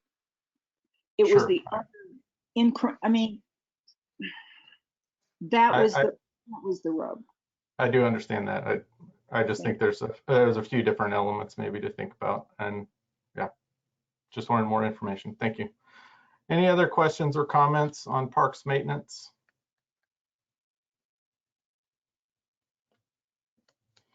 Okay, then I think we can move ahead to page 498. 498 is park and land acquisition and maintenance. So as previously mentioned, in regards to the transfer, this is where the expense of that transfer to the parks org unit comes from is the Parks and Land Acquisition Fund. So we are proposing, currently it says transfer out on page 499, and what actually is being proposed is 50,000 rather than that 45,000 amount. Otherwise, this is a relatively status quo budget. Okay. Any There questions? is a decrease in beginning balance projected. Any questions from the group on this budget, this fund? Okay, not seeing any hands or anything. So we're jumping again. We're going back to page 446, which is Clatsop County Fisheries, 446. Thank you. So this is the other department that Steve, as the natural resources manager, oversees. So half of his time is in parks and the other half is in fisheries. This is also a relatively status quo budget. This budget is highly dependent on state revenues as well as BPA revenues, Bonneville Power Administration revenues. And so we have they have flat funded this program for the past several years. Steve did see some relief because he did have a few long-term fisheries employees retire, and so so those who came in were not that tier 1 PERS, as well as not at the top of the pay range when they came in. So there was some savings that he's been able to realize to kind of help offset that flat funding. Okay, any questions for Clatsop County Fisheries? I'll just note that I appreciated the clarifying budget highlights. Thank you. Okay, then we can move on to Industrial Development Revolving Fund on 454. 454. So this fund, there is currently some work that is happening in the 2021 fiscal year, and that is a development feasibility for the land out at the North Coast Business Park. At this point in time, we are proposing budgeting $100,000 in on page 456, line item 82-2466, which is just park development. There is budgeted contingency in the amount of approximately 3.1 million.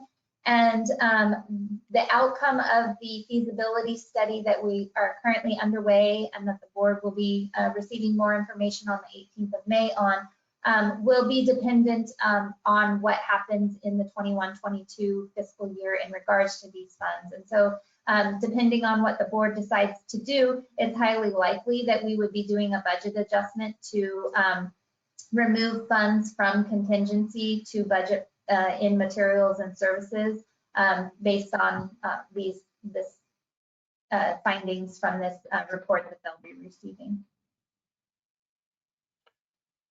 Okay, any questions from the group on industrial development revolving fund? I will just add that the revenues from this come from the sale of industrial lands within the county. That's where any revenues for this fund come from. And so we have not budgeted any revenues for the sale of the North Coast Business Park. And so if that does occur, those revenues would then go back into here for future potential development of industrial sites throughout the county. Okay, thanks, Monica. Any questions for industrial development revolving fund? Okay, if not, Director McLean, thank you for joining us and for your insight today. I think we can move on to the next fund area. So the next area is on page 426, and that is the planning division. The planning department is budgeting for an additional FTE in the 21-22 fiscal year for an additional planner to provide more support. There's also some shifting of some of the expenses in regards to we have an in-house counsel now that has been providing a lot of feedback on land use issues. So there's savings realized there that are then instead being used to hire contractual services for planning consultants to help with staff report preparation. This is so that staff could then be able to provide more focus on the comprehensive plan update that is taking place. And any questions? Thank you for joining us, Director Hendrickson. I see you down there. Any questions from the group on the planning division?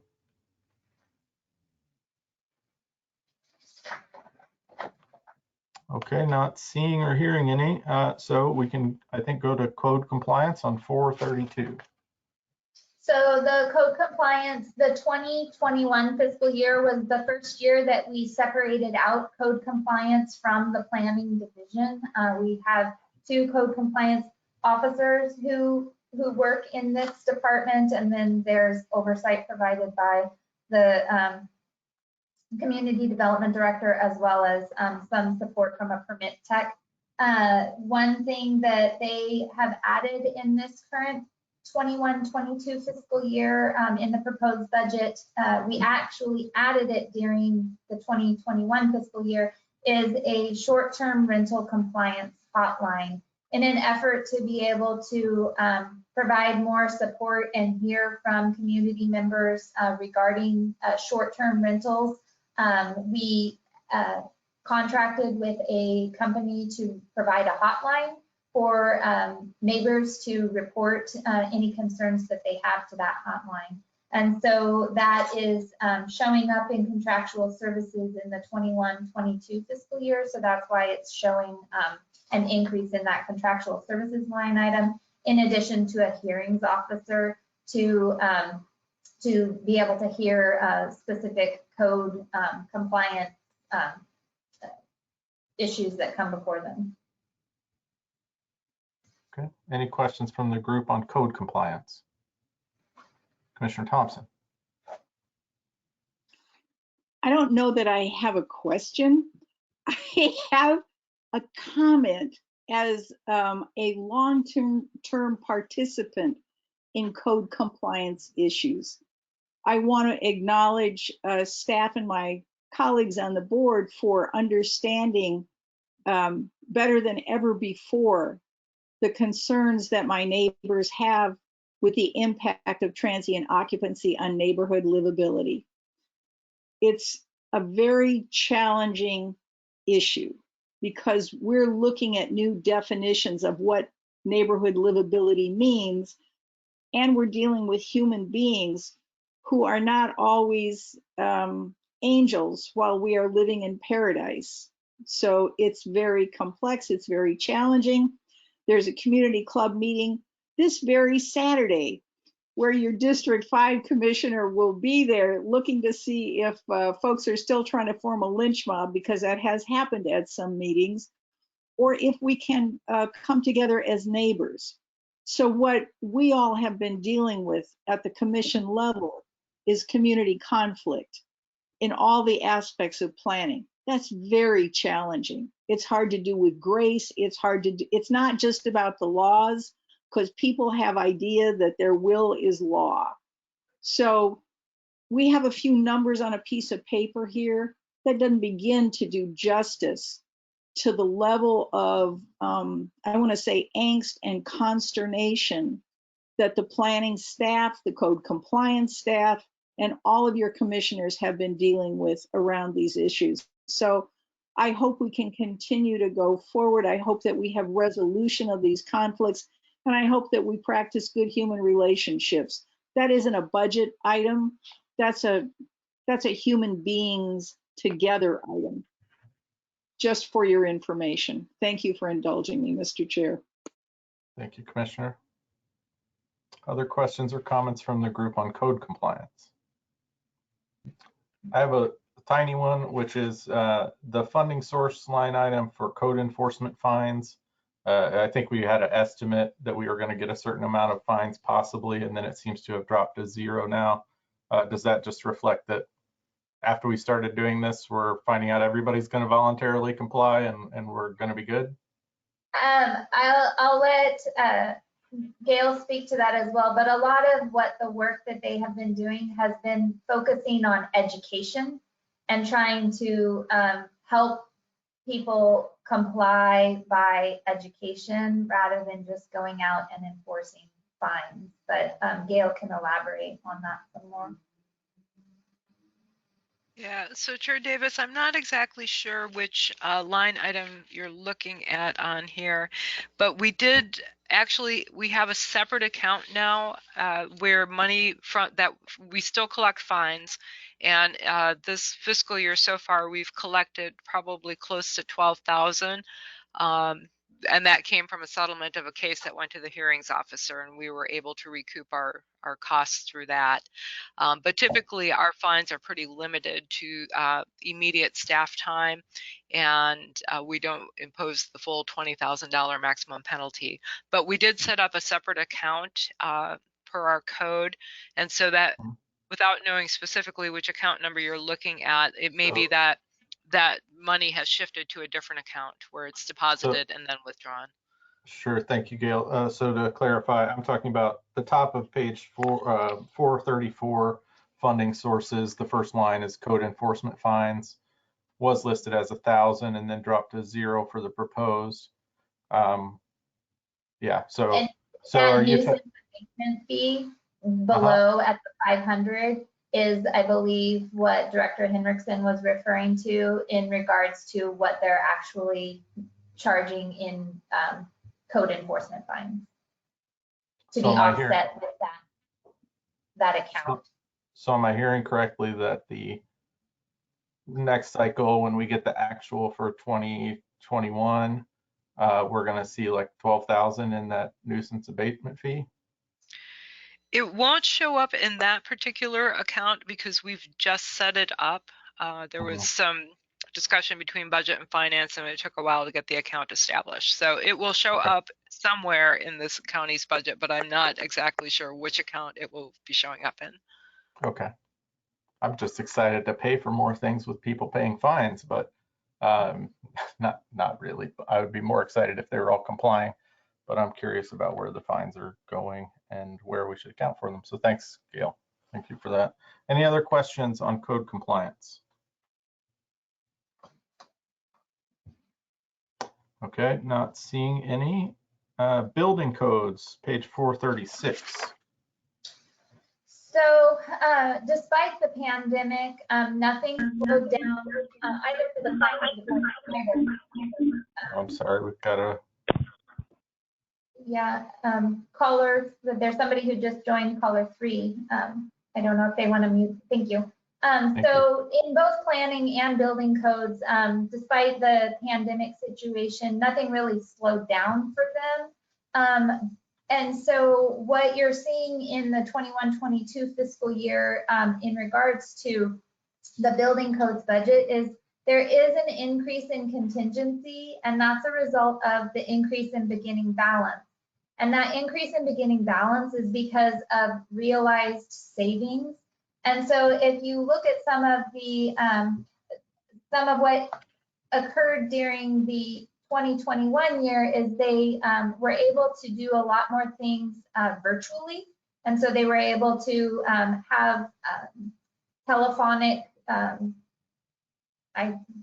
drawing a blank on how you walk around with the camera and show the building inspection. Video inspections.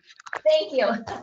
A video inspection rather than the inspectors going and being on site because of the COVID limitations. So there was a significant decrease in fuel and travel time. There was also a decrease in education and training because the staff weren't going to traveling to those training courses. They were being done online. So there was savings realized there. And then additionally, because the cars were driven so much less, historically, what they have done is they've transferred out to their fleet replacement fund. And while they are proposing a transfer out, it is not specific for the fleet because they're not planning to replace any fleet in the coming years because in the coming fiscal year because the mileage decreased so significantly in 2021. There is a transfer out that's being proposed, and that is a shared expense between building codes, which is a non-general fund department, and then also the planning and code compliance division, which is general fund. And that expense will show up in the special projects fund. And that is to install a bullet resistant counter area. So if you have been into our building since the pandemic and you go to the elections and assessment and tax office, that area is now enclosed behind a bullet resistance barrier. And that sort of safety feature is being proposed in the budget for taking place in the building codes and planning division as well. Just there are unfortunately oftentimes where people are upset, whether it's because of code compliance or whether it's because of building codes. And so from a safety perspective, this is a step that we're moving towards with another department. So any questions? Questions for building codes?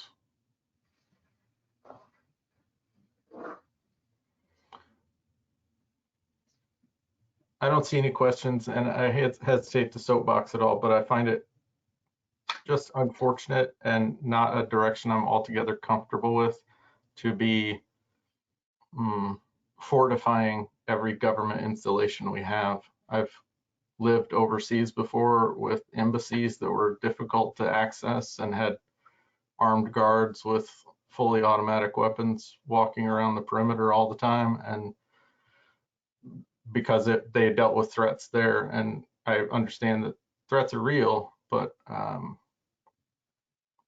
hate to see it come to that.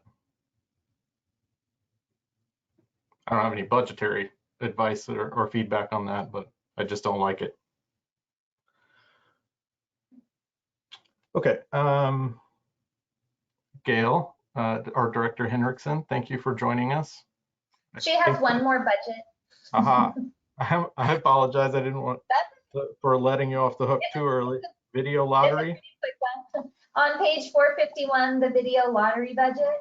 So this is a peculiar budget. Throughout the pandemic, one area that the state has regularly been saying that we will see significant decreases in revenues on are those video lottery dollars.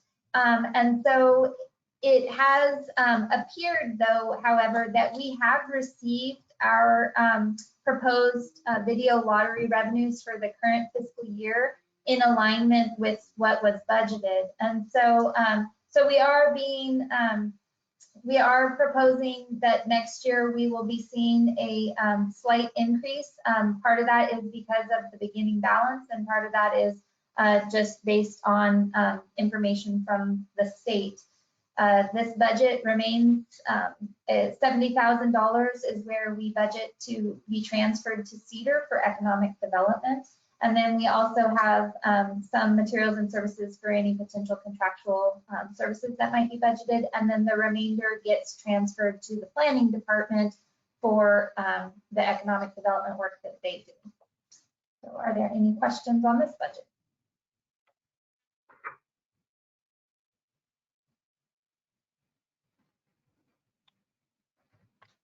Commissioner Webb.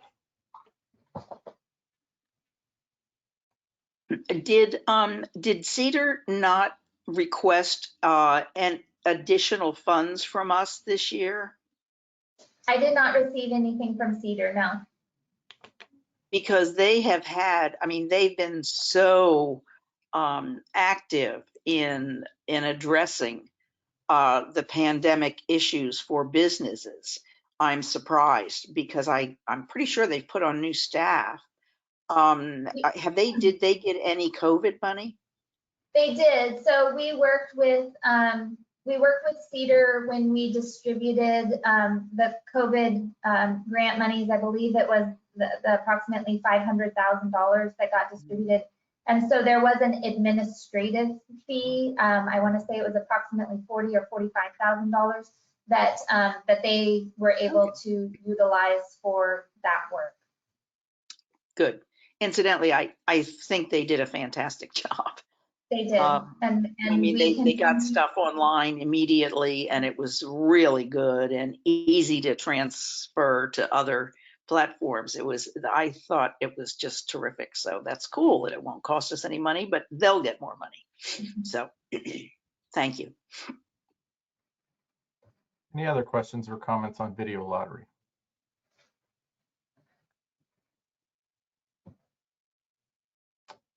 Okay, not seeing or hearing any. I think you're really free now, Director Henriksen. Thank you. Thank you. Okay, Juvenile Department, Public Safety and Justice, starting on 206. So in this particular department, for the most part, while there is some proposed changes, it's essentially a status quo budget. There is just some shifting of FTE between the juvenile department and the juvenile crime prevention fund, just in regards to the work that is being done and the basic and diversion revenues and what those can be used for. Is all part of a state plan. And so we're just kind of shifting to make it more in line with the work that's being done in the juvenile department. There's also a proposal to create a new position to better align with the work that the staff person is doing. Any questions? And Director Broughton is here as well if there are any questions. Thank you for joining us, Director. Vice Chair Brown. Okay, so you're saying that they're proposing one additional head count. I think I see that's a juvenile probation counselor. Yeah, so it's not a complete additional head count. So we currently have a juvenile probation counselor whose FTE is split between this org unit as well as the juvenile crime prevention. And so some of this is shifting the FTE into this org unit. And then the other part of it, and Kelly or Director Broughton can speak to more as to what this other position would be doing, but it would be better aligning with some of the transport work as well as juvenile probation counselor assistance type of work that's being done. Director Broughton, would you like to elaborate on that? Sure. Essentially, there's there's a stream of funds that comes from the Department of Education and also the state. And a majority of that, yeah. Oh, sorry, I thought you said something. A majority of that money was going to the juvenile crime prevention and funding part of that juvenile probation officer position. Unfortunately, the money that I was requesting reimbursement for was to offset detention costs.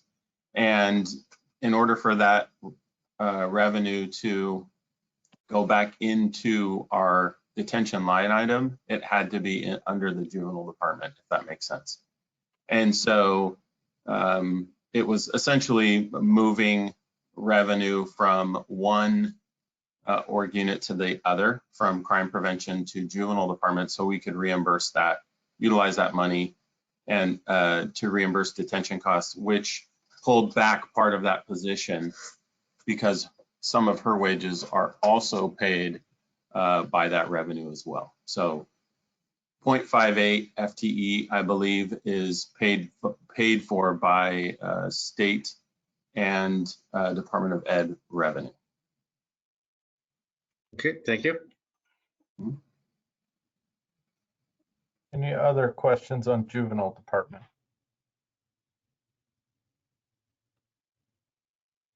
Okay, not seeing or hearing any. I think we can move to the next section for juvenile crime prevention on 212.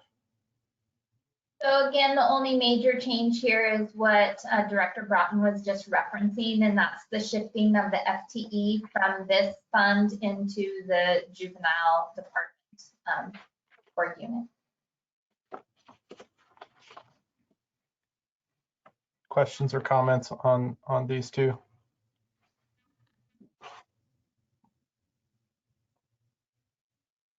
Okay, again, not hearing any. So law library on 215. So the law library, the only major, there aren't any changes that are being proposed here at this point in time. What we are hoping might be able to take place is, one, while we appreciate the work that Director Broughton has done and the previous directors have done in providing oversight to the law library, it's not really their bailiwick. And so since we now have a county counsel on staff, this is something that she has kind of taken over. And one thing that we are looking at doing, which we've previously mentioned, is the possibility of moving law library services to not moving the services, but just providing a space within the city libraries. We would still provide a space here at the county for the hard copies of the law books, but most what people are utilizing nowadays is the online subscription services. And so county council is working with the cities to see about getting those online subscriptions available at a on a computer at each of their facilities. And then that way it'll make the law library more accessible county-wide rather than just being here within a county building. So we have budgeted it status quo because those are conversations that are still taking place. But it's our hope that that will be able to happen moving forward. Just to clarify, Monica, does that mean say the city hall for each? No, it would be the city libraries. And so the Astoria, Seaside, and Warrenton city libraries. Okay, thank you. Commissioner Thompson. Thank you. You saw where I was headed with that, I think. So Cannon Beach has a library, and I would hope that you would include that. It's not a municipal function, but it is a local library and it's an outpost. And I'd also like to see something in Jewel and Napa as well. Thank you. I mean, I applaud the effort. I'm all for the effort because I think it's the trend that we should be following, but I'd just like to see it more widely available, dispersed. Thank you. Thank you, Commissioner. Member Montero. Yes, I know that the Seaside City Library already has issues with space. We don't have enough space. And we are looking at what can be done. So I guess I'm interested in knowing, has this already gone to the discussion mode with the library directors? Perhaps I can answer that. My name is Joanna Lyons-Antley. I'm the county council. So chair and budget committee members. I have been working with the 3 library directors, as Monica pointed out, with each of them. We have a draft MOU right now, and it basically says that the county would purchase databases, so everything would be electronic. We are not thinking about hard copy books because we recognize how do most people do research these days? It's electronic. And we don't want to take any floor space. We just want to provide some additional access. I think that's a wonderful idea. And the access, then that becomes available also to the citizens. So they don't have to travel to Astoria to access information. Is that correct? That is the goal. Sounds very good. Thank you. Any other questions or comments on the law library? Okay, I'm not seeing or hearing anymore. Am I correct this time that that's the end of our juvenile department budget process? Yes. Okay, thank you, Director Broughton, for joining us. Thank you. I got a text from one of the members a second ago about maybe taking a short break, and I wanted to at least touch base with the membership here. I think we've got district budgets for the commissioners anyway, immediately following this meeting at 4. I am conscious of the fact that you've been sitting here for almost 3 hours now, or soon will be, and you've got another meeting after district budgets too. So I don't want to tax you or staff too much. If the group is willing, I'm either happy to try and do clerk and election, since Tracy has kindly joined us before we wrap up, or to even wrap up now and give you all some time to take a little break for staff to stretch their legs, etc. Feedback from the group on whether we want to take on clerk and elections or maybe recess now to our next meeting. We do have, for what it's worth, several departments left to go in total, so we're certainly not going to wrap up today. But feedback from the group? I think better when I'm more relaxed, I'll tell you that. So I'd be for a break with respect to everybody else. I'll go with the will of the group, and I can always just peel off on my own and come back and miss what I miss. Monica, Tracy, is that workable for you too? If we are to recess now, I need to take public comment as well, but. Yeah, we have time blocked out tomorrow from 1 until whenever necessary to finish things up, and I feel confident with the remaining. While there are several, I feel confident with the remaining that we should be able to finish that up in a couple hours tomorrow. And so if the committee is comfortable recessing now, I do believe Tracy is available tomorrow to pick up where we're leaving off. Tomorrow I will be available only by phone because I will be out of the office, but I will be calling in and I'll be in attendance. You just may not see my face. So if that's the case, I will say that much of Tracy's budgets are status quo if we want to quickly go through hers and then recess at 3:45. Okay. Or at 3:45. Thank you. With the permission of the group, then we can try. Let's go to page 313 and we'll just see if we can get through clerk's budget quickly.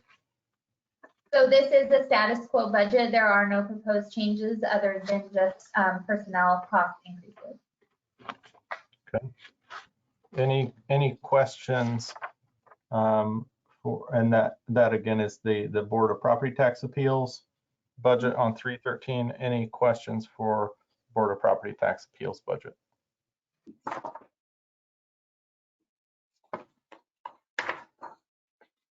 I'm just pausing for a little bit because I know everybody's shifting in their binders to get to there and making sure we get it covered. Okay, so next budget is on page 327. That is clerk, admin, and elections. 327. So there is a slight increase here. There are some increases in materials and services, and there is a decrease in some decrease in personnel salaries, which is a result of a employee leaving who was higher on the pay range and then getting replaced by a new person. The increases are because anticipating the gubernatorial primary election with the possibility of a September, November, and March regular elections. We acquired a new ballot sorter, and so there's annual maintenance costs that are going to be incurred with that, as well as increases in mailing costs associated with those, with the redistricting and reapportionment that will be a result of the census. There's also a proposed increase in education and training. Any questions?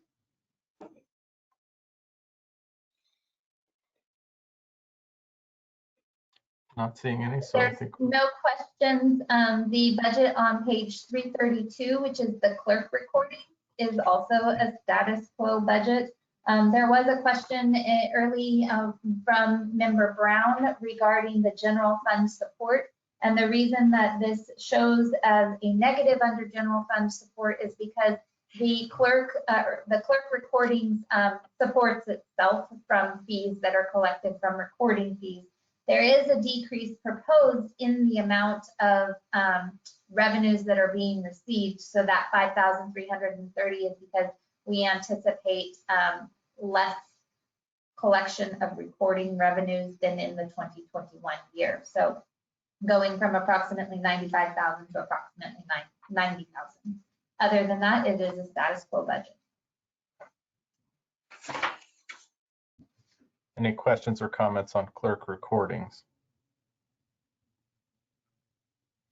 Director, congratulations on having a profit-making enterprise under your wings. Clerk archived records 336. This also is a status quo budget.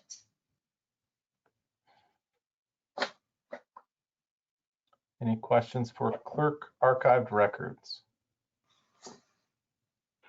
My only other comment is I did receive a message from the assessment and tax director who would only be available by phone tomorrow as well. She does just have 2 budgets, and for the most part, they are status quo budgets as well. And hers starts on page 316, so we have a few more minutes and we could get through that as well if possible. And then I promise, even if another director texts me, I will ignore it and you all can take a break.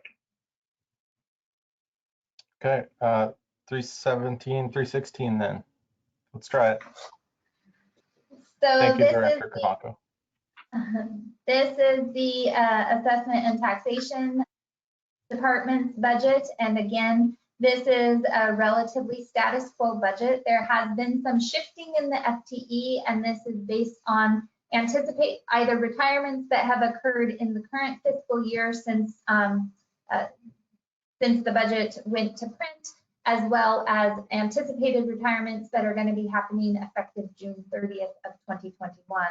And so the shifting of the FTE is based on new hires coming in, but otherwise it is a status quo budget.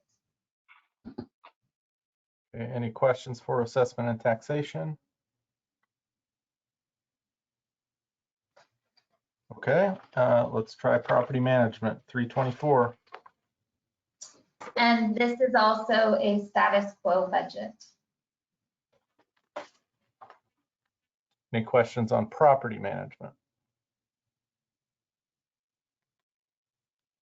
I will say the only major change here is there is an increase of $5,000 from county land maintenance, and that is just ongoing costs associated with properties that we acquire and are responsible for. And so with things such as hazardous trees that might be on county-owned property that we need to take care of, as well as when we receive properties in tax foreclosure, oftentimes there is significant costs associated with those properties that we acquire. Okay. Any questions on property management?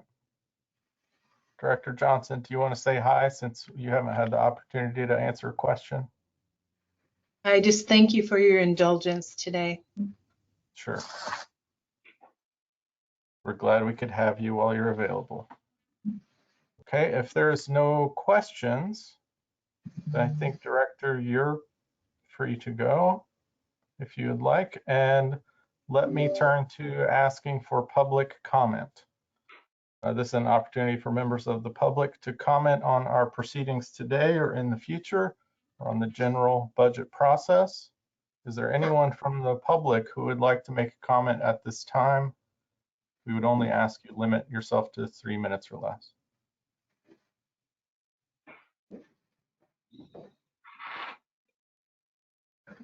Okay, I'm not hearing public comment at this time. So Monica, did I understand correctly that the slated time for us to return is tomorrow at 1 p.m.? Yes, if that works for your committee. I will just say that that this budget committee does not need to participate in the district budget committee meetings. Of course, our board members do, but the citizen budget committee members don't. And so if 1 p.m. works for you all, that is what we have down for tomorrow. And I think that, again, as I mentioned, I think that that's something that we'll be able to wrap up in no more than a couple of hours. Okay. Is there any objection from the group for us adjourning to 1 p.m. tomorrow? Andy, I don't have an objection for adjourning, but unfortunately I have some minor surgery scheduled for in Longview tomorrow. I didn't anticipate, or just didn't click to me, a fourth meeting. So I don't know if I could participate by phone. I would certainly try, but I think you could very well get along without me as well. That is very understandable as a reason for absence, Vice Chair Brown. We hope everything goes well, of course. I hope you can join us because we would miss you if you weren't on. I'll try, but again, I don't slow down the process on my account. Sure. I want to thank you for your questions that you sent ahead of time, because I think that that helped make this process efficient. I think it did.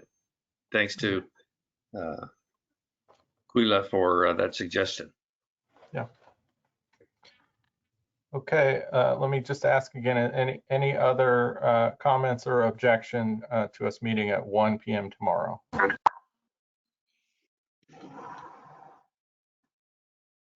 Okay, so it seems like we can be set for 1 p.m. tomorrow. Any objection to us adjourning? I'd just like to say that we do have some district budget committee members who are joining us. And so we will be resuming with the district budget committee meetings at 4 p.m.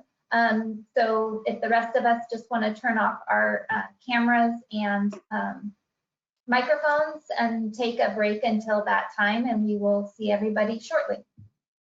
Thank you, Monica. And I don't know if we need to stop and restart recording for this budget meeting and then go to district. This conference will now